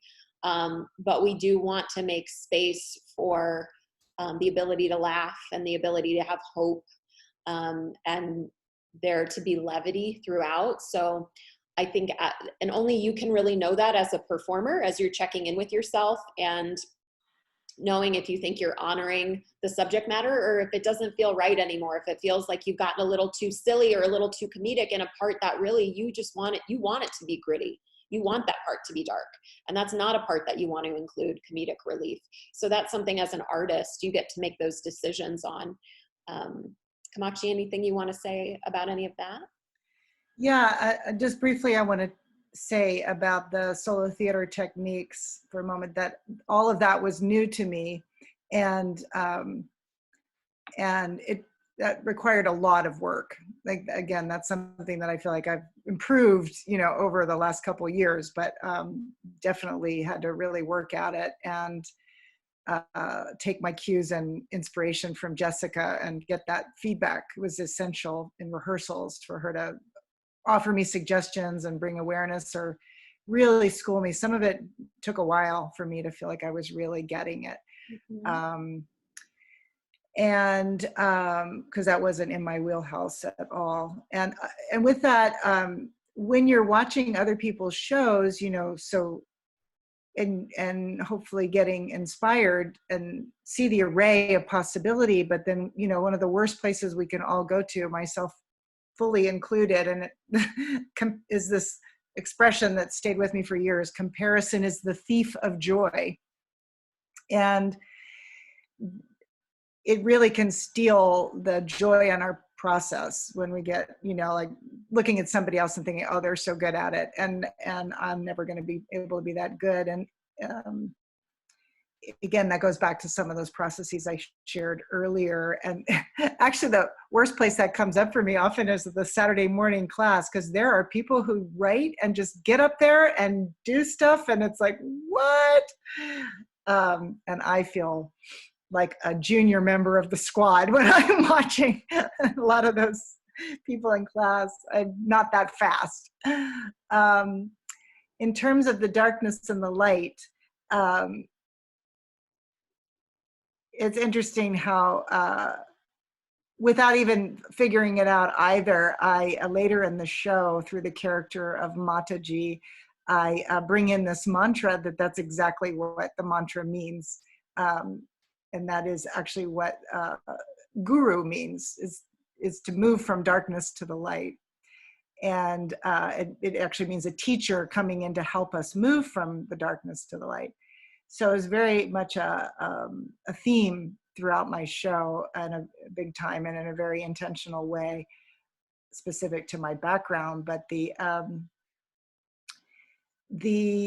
when talking about the universal themes, the unifying themes, and for me, just how I oriented in my life, which is exhibited through the fact that I was able to heal and move forward, and still healing, not done, definitely not done yet, but that to me, other people may feel differently. I have felt this long before I did the solo show, whether I'm watching a film or a show or anything. I want that experience of the light and the hope, I don't want to walk out feeling like, oh God, this world really sucks and there's these horrible perpetrators out there and it's bad, because I don't personally believe that that's true, that it's all one color. So I feel it just that it is just who I am and what I believe in. And so I think everybody, of course, has to find that for themselves. Mm-hmm. Thank you, Kamakshi. And yeah, just to kind of conclude this section, so we can move into looking at the team.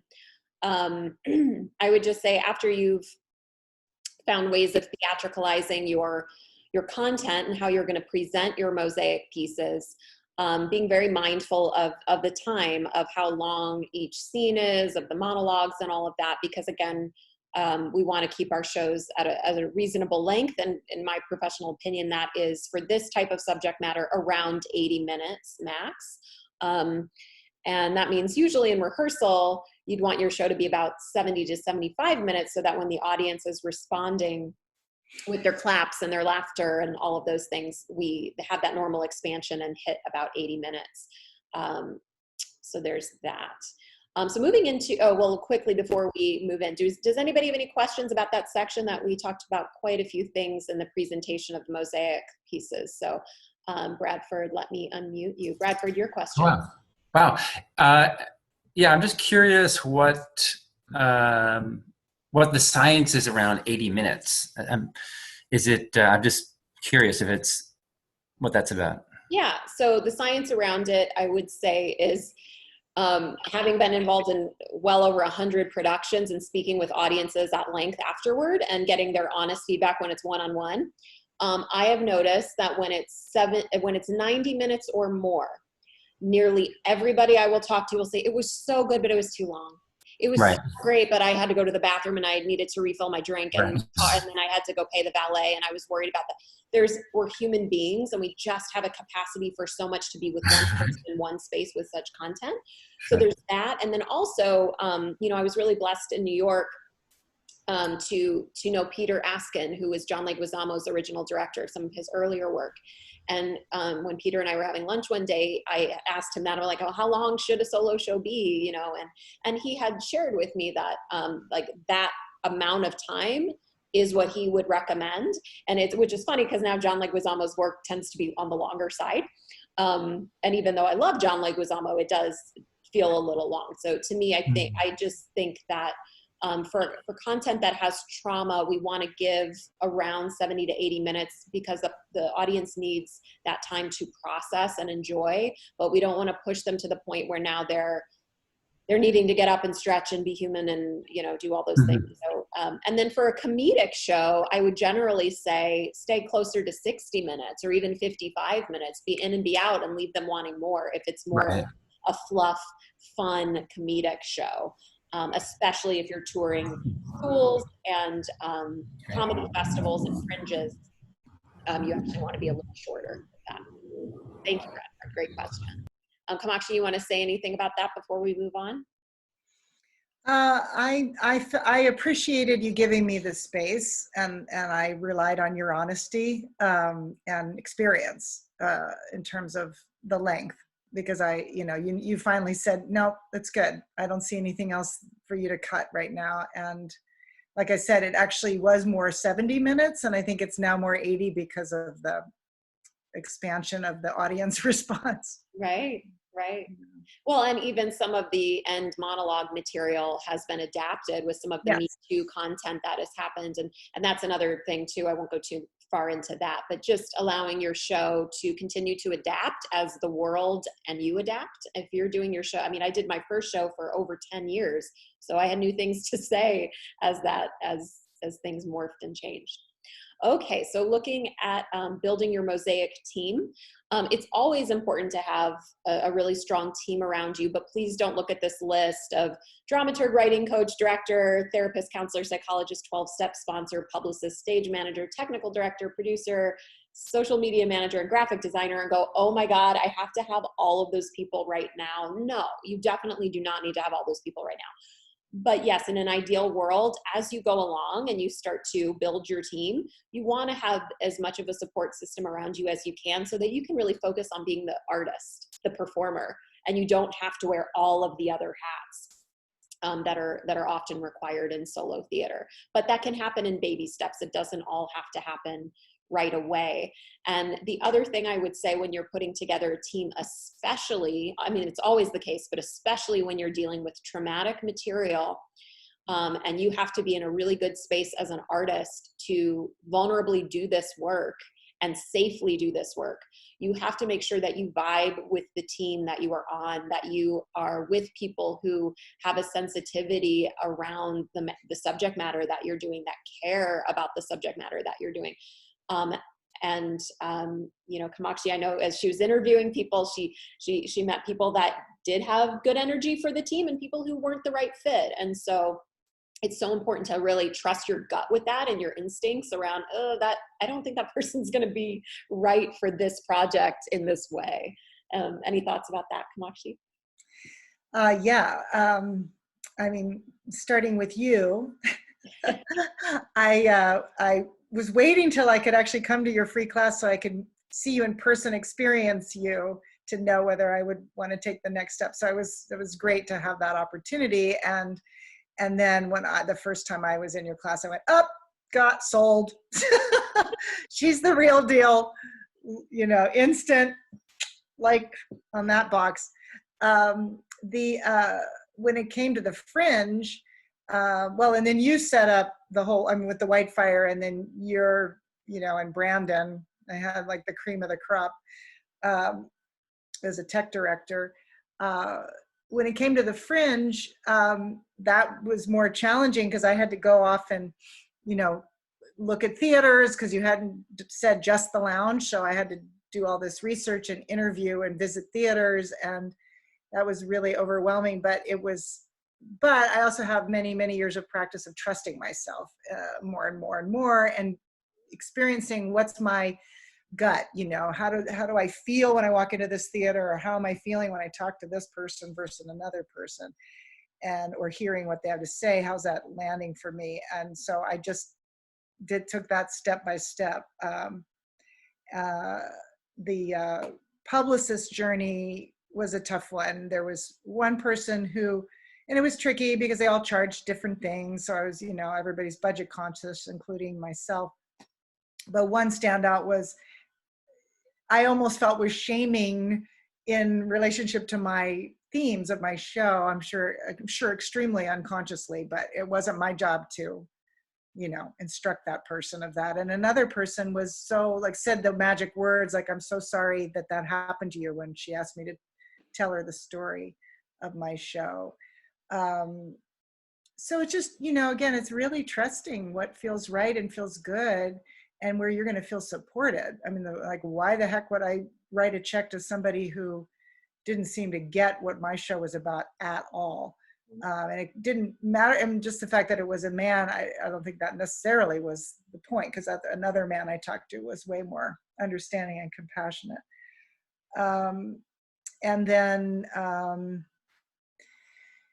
I still haven't wrapped my head around what it would be like to have a producer. I dipped my toe into that and didn't find anything that lined up.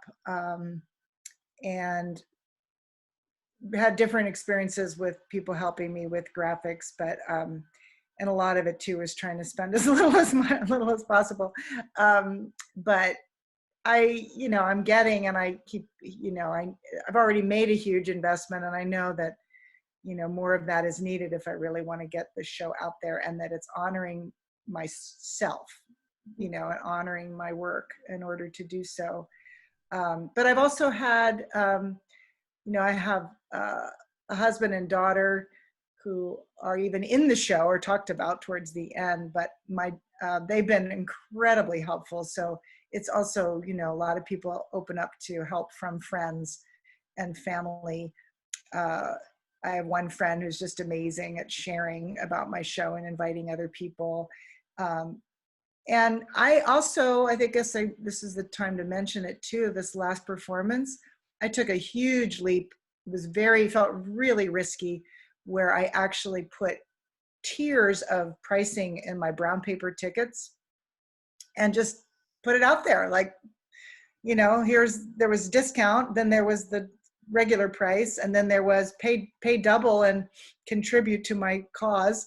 And then there was one of pay more and get an hour counseling session with me at a half price and a ticket. And then the people who paid extra for their tickets, they got VIP reserved seats. And I felt really nervous about it. I did it anyway. And I didn't get an enormous number, but I did get people who did it.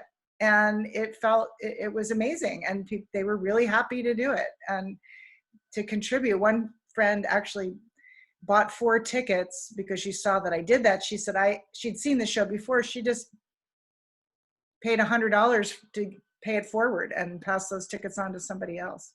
So I opened up into that realm of if you won't receive if you don't ask often. And it is, you know, an edge, but it was definitely worth it. And it helped me go, okay, I could do that again. Yeah. Yeah. I think it's so important to, through this process, learn to step into the monetary value of our work in terms of, well, in every way, shape, and form. So that means investing money in our cause, in our show, in our team, in our graphics and whatever it is, like making that investment in ourselves and in our art, but also being comfortable asking for people to contribute and to honor our creative contributions by putting monetary value on that. And that can be really uncomfortable, but I think just allowing ourselves to grow through that process too, and knowing that our art is worth that. Any questions about like any of these roles on your team or anything about that before we move into this last part about the performing and touring phase? Any questions there? Okay, I'm not seeing any hands going up. So I would say too, Jessica, just when I'm thinking about it, to add to your list, the videographer. Oh, yes. Yes, a videographer. That's great. Yeah, or photographer or. Yes, because we do definitely want to document our shows for reasons even like today. I mean, it was so great that Kamakshi had the footage so that we could share it with you in this day and time, in this moment. So, okay, so looking at the staged reading, I think that this is, well, I should say staged reading or a table read, but some sort of reading of your material before your preview night can be very advantageous for a multitude of reasons. It gives you the opportunity to have a stake in the ground that is low stakes enough that everything doesn't have to be perfect and polished and finished and ready, but high stakes enough that you're sharing with people so that you have something you're working toward. Because if you don't put a stake in the ground of some sort, it's going to be nebulous forever. You're going to sit on this idea and this dream of doing a solo show for decades. And I'm not exaggerating. I know people who've sat on it for decades. And that's not, you know, as Kamakshi said earlier, there's a perfect place and time for each of your stories. So that's not about shaming, but it is about saying that when you have a stake in the ground, when you do feel like, okay, I think I'm ready, I'm scared, but I'm ready, I want to do it, put that stake in the ground for yourself so you have something to work toward and to honor that. And a staged reading is a really great way to do that. And I encourage you to charge for your staged reading. No, you don't need to charge what you would charge for a regular ticket price. But again, just starting to get comfortable with assigning a monetary value to your artistic contribution on this planet, I think is good and is a muscle that should be exercised early. And so just saying, you know, hey, if anybody wants to donate to the staged reading, that would be great, because there's a lot of things to pay for as an artist starting out. And it also gives you an opportunity to get your nerves out and your jitters out, to hold the stage space by yourself for maybe the first time ever. If you don't have stand-up comedy or solo theater experience, or any other scenario where you're on stage by yourself for about an hour plus of time, a staged reading is a great opportunity to feel what that's like, to hold the audience's attention for that long. It also gives you an opportunity to test your material, to see, okay, they did not laugh at that punchline and I really thought they were going to, or why are they laughing here? I didn't even know that was funny. Okay, I'm gonna milk that moment a little bit more. They seem to really love it. Or see where there's any wallpaper that you've missed. And I use wallpaper as a term of the things that you walk past in your life that you take for granted because it's your life and you don't think of explaining it to anybody. The vernacular that you use that might be very specific to a certain community that you're a part of that other people don't know what that means. Those types of holes in our writing that we don't realize we need to fill in those gaps. A staged reading is a really essential way to let people in on that. And it also, especially when dealing with traumatic work, it gives you that another space, another level of your process to just feel the feelings, sharing in such a vulnerable way before it is really ready to be memorized and performed and given to the audience in the most therapeutic but not therapy way as possible, in a theatrical way. This is a nice kind of in-between space. Anything you want to say about that, Kamakshi, since your preview was a little bit of a staged reading, it kind of held that in-between space.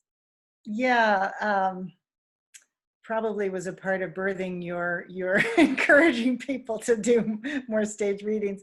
I just ran out of time on memorizing and flat out, and ideally it would have been ready to roll at the White Fire at that Solo Fest in 2018, but it wasn't, in terms of the memory. So I used my script and it went really, really well. And I really had no choice. And so days before I had to give myself that permission, and I knew a lot of it. So I was able to, bring it across really well. And some people actually liked the fact that I was holding a book, which was really interesting. But it was great because I was able to still do it, and it got it moving. Yeah. And the other thing I want to say, because obviously right now we're in stay-at-home mode, and so a lot of us feel shut down creatively, but I want to say, especially with the reading, there is no reason you cannot do a reading on Zoom. And in fact, I just had a very successful one with my client, Dana Lynn. We did a reading on Zoom, and it was awesome. It was freaking awesome. We had like 40 people show up. We got tons of feedback that was so useful to encourage her and also to tell her what needed to change, where there were gaps or holes. And so I just want to encourage you to step into the time that we're in now. And if you have a script that you want to get some feedback on, do a Zoom reading or a Facebook Live reading or something. Don't be stopped by the circumstances. You can still create in this circumstance. Okay, so looking at the festival circuit, and guys, I just want to say it's at 12:27, so we are going to go over. If you have to pop off right at 12:30, we want to honor everybody's time, and we do understand that, but Kamakshi and I are gonna stick around here with you longer than that if you'd like to.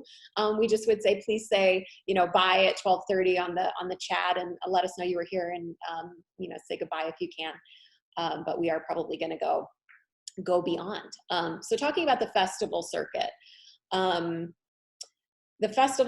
I think, is a really smart way to get your feet wet and get your foot in the door as a beginning solo artist, or even if you've done solo theater, but it's a new show that you're working on, because of the fact that festivals usually have somewhat of a built-in audience and built-in community.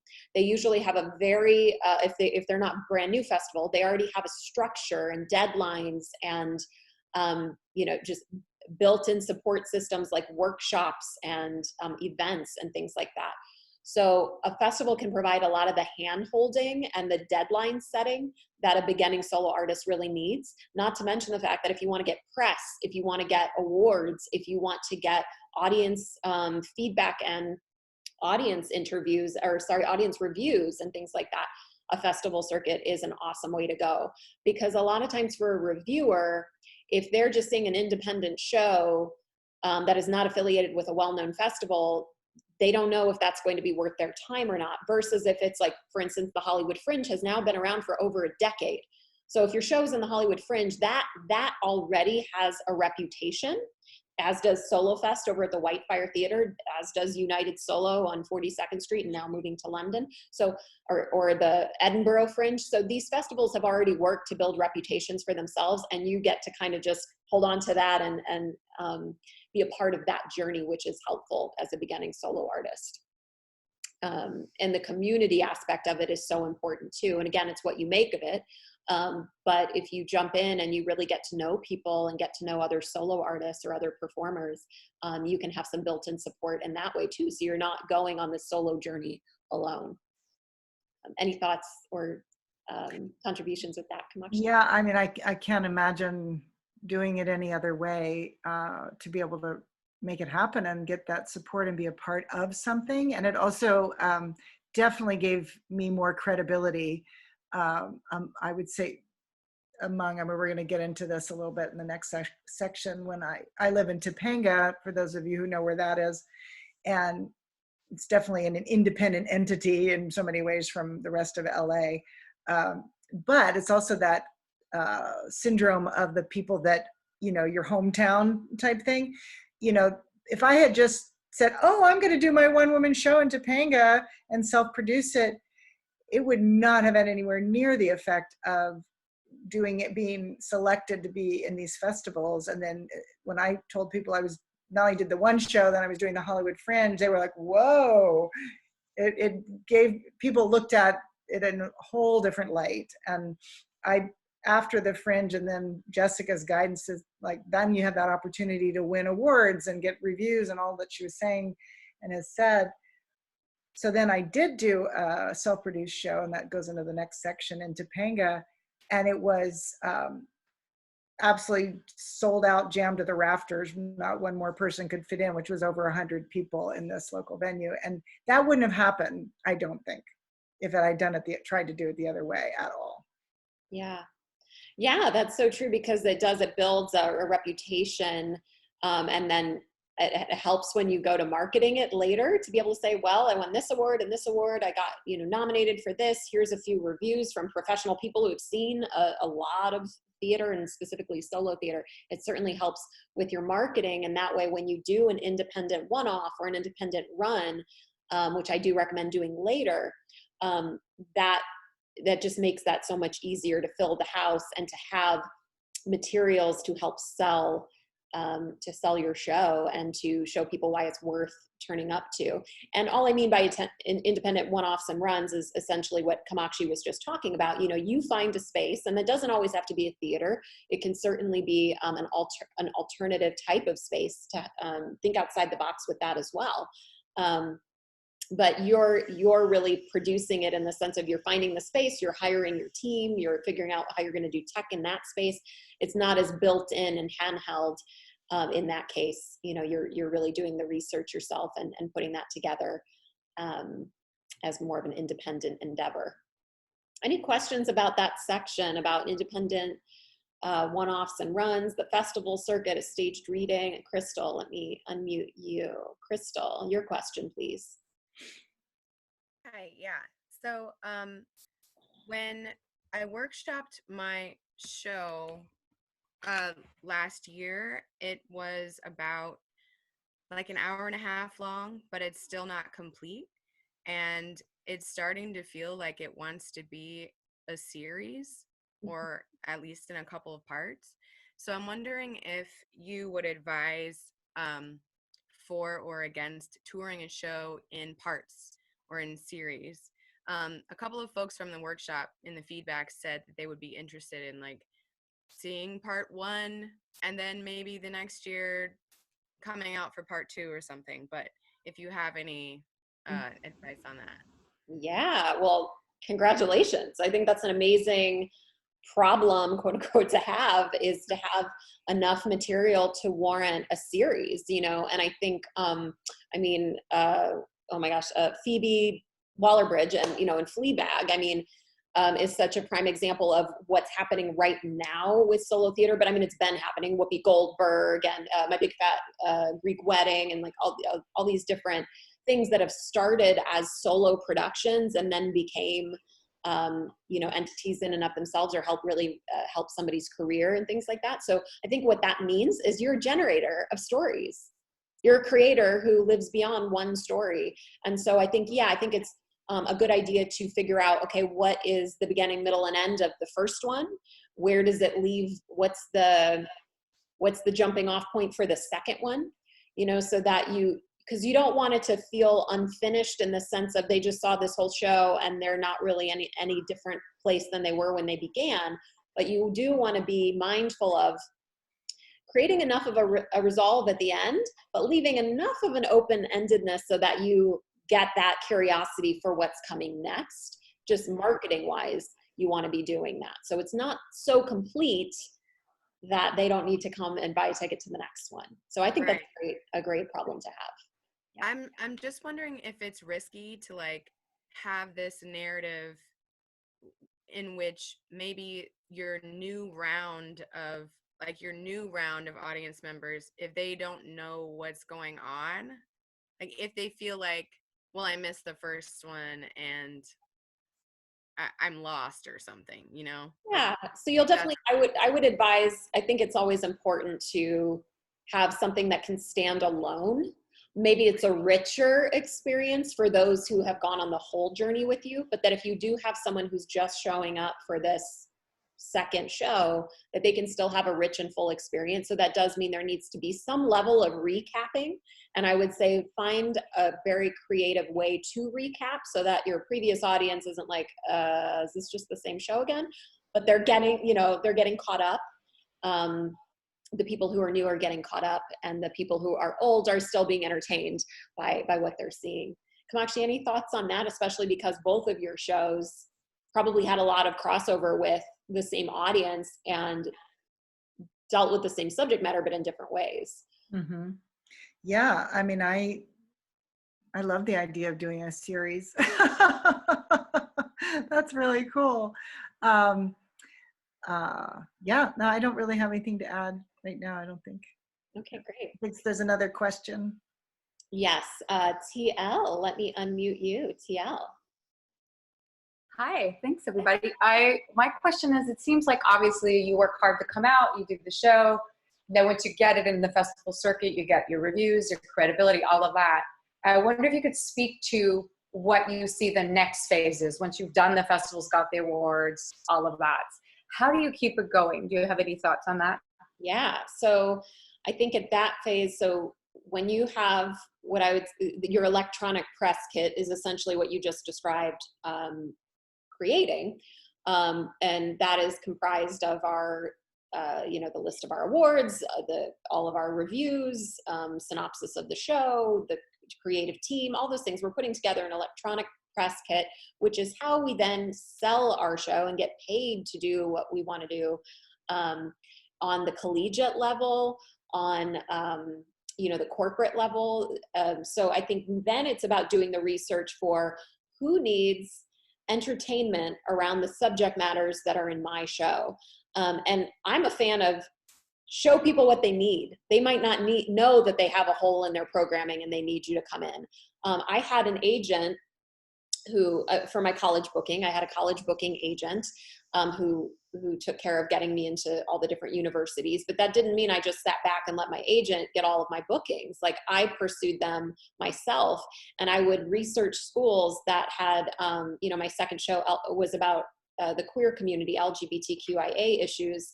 I'm a queer woman. And so for me, I looked up schools that were interested in having that conversation about spirituality and sexuality, and, who had feminist philosophy classes on their campus, who had world religion classes on their campus, who had LGBTQ plus programming classes, groups on their campus. And I would approach them and say, hey, if you're doing any sort of event, I would love to be your guest performer. Here's my electronic press kit. Here's my agent's information to contact to negotiate rates and all of that good stuff, and when my residency will be. But I'm interested in working with you. So I sought after a lot of that stuff myself. And then I also have clients who work in more the corporate world and do much of the same thing, where they do the research, they see what events, especially large budget events, are going on around the topics that you talk about in your show, and contacting those people. And even if you reach out and talk to the wrong person, the person who's not in charge of that department, I've always been rerouted to somebody else who leads me to somebody else until I find the right person. So don't be afraid to just start the conversation. And you can even say, hey, I don't know if you're the person I should be in touch with about this, but here's what I have to offer, and here's what I'd like to work out with you guys, and here's how I think I could be of service. So and then it just becomes about negotiating rates and schedules and those sorts of things. And specifically with the college market, there's APCA, APCA, and NACA, NACA, which are two huge conferences that essentially just send a bunch of schools to shop for talent, to shop for edutainment. So those are big conferences to get familiar with, and research who the college booking agents are. And often college booking agents are also the same agencies that represent clients who do more corporate gigs. And you can look into that as well. And then again, submit your electronic press kit. But you don't want to start submitting these things before you have the electronic press kit ready to go, and you have the reviews, you have the footage, you have professional footage, because I think every single one of the gigs I did, they at least needed to see a teaser trailer of what I had done, if not the entire show itself. So you want to have professional footage as well. So that's why it's so important to do these other things first. And then you're like, okay, I've got my materials to sell out there in the world, to now become compensated for my offering in this sort of a way. Kamakshi, any thoughts on that, or anything you want to share about that?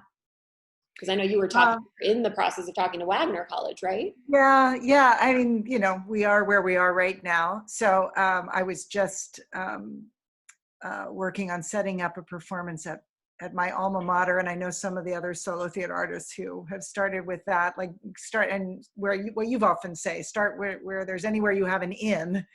Yeah. And so I was supposed to be in New York last week, in New York City on Staten Island. And I did talk to someone who, she's very interested. And so she said it may be another year with all that's going on, but they definitely want to follow up. So I'm definitely looking for that inspiration in myself to know that our current situation will change, and use the time to keep working on all the materials. So I'm ready to roll. And there's so many things, the research, generating lists. And I think the summer will be a good time to start making connections again. For sure. Absolutely. Using this time to research is great. And also for those of you, who feel like maybe you're ready to start shopping around. I mean, I would even say, pitch them a way to do what you do on Zoom, or something else. Like maybe you can co-create an experience for a school or a corporation who is a little lost right now with how do they keep things going. And maybe you're an innovator who comes in with some ideas, so I think you can also think outside of the box about what it could look like right now too. There might be some opportunities there. Lisa, I see your hand, Lisa Verlo. I just, I couldn't stress enough, I wanted to bring it up again because I did the last webinar, that videotaping your show is so important. One, the EPK that you need to send out, but also when you think forward of content, I mean, I would even videotape your rehearsals. I videotaped everything since I did the Edinburgh Fringe, only because now it's like I have material. I could do a documentary. You could do a series. And just videotaping, even whether you're at home now rehearsing your process, your Zoom things, videotape, just get it documented. So I just want to. Yeah, so good. Thank you, Lisa. Yeah, that is such an important an important thing. I can't stress that enough either. Yeah, get good footage. Mandy, I see your hand. Mandy, your thoughts or your question? This might be a silly question, and maybe you answered it somewhere, and I'm just not very technological savvy. What is an electronic press kit? An electronic press kit. Yeah. So, well, you can have your old school press kit too, which is just like, you know, your papers, your hard copy that you send in the mail with a million, like back in the day when I was in New York, my press kit was a hard copy or originally, you know, with just a million copies of my reviews and a million copies of, Okay, so just you know, your yeah, it's all of those materials. everything, your content. Yeah, it's your everything. But now I think it's just much easier to make a Google document, like kind of what I sent you guys today, just making a Google document, styling it up a little bit, and making sure all the crucial pieces are in there of what you have to sell and to offer.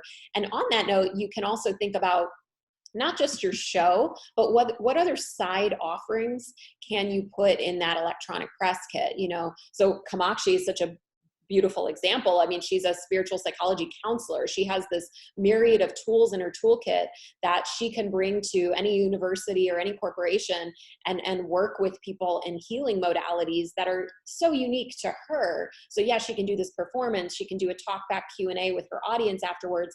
And she can also offer a workshop. You know, when I would go in to the different schools and do residencies with them, I didn't just do my show and leave. I did my show, I did a talk back with the audience, and then the next day I would usually do an intensive with the students, helping them to write their stories from stage, much like what I teach in my Saturday classes. Okay. Any other last questions? Anything else?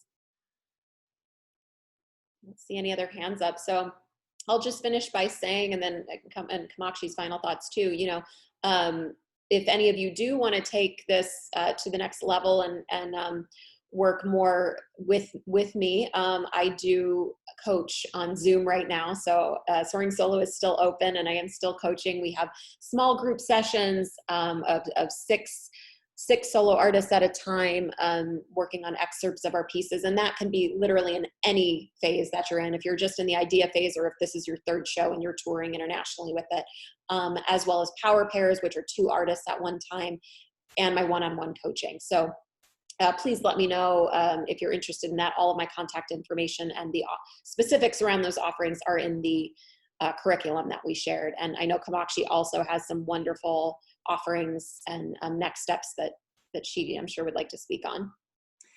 Sure. Like I said at the beginning, if you email me, I'm happy to send you some bulleted step-by-step instructions for those exercises I mentioned.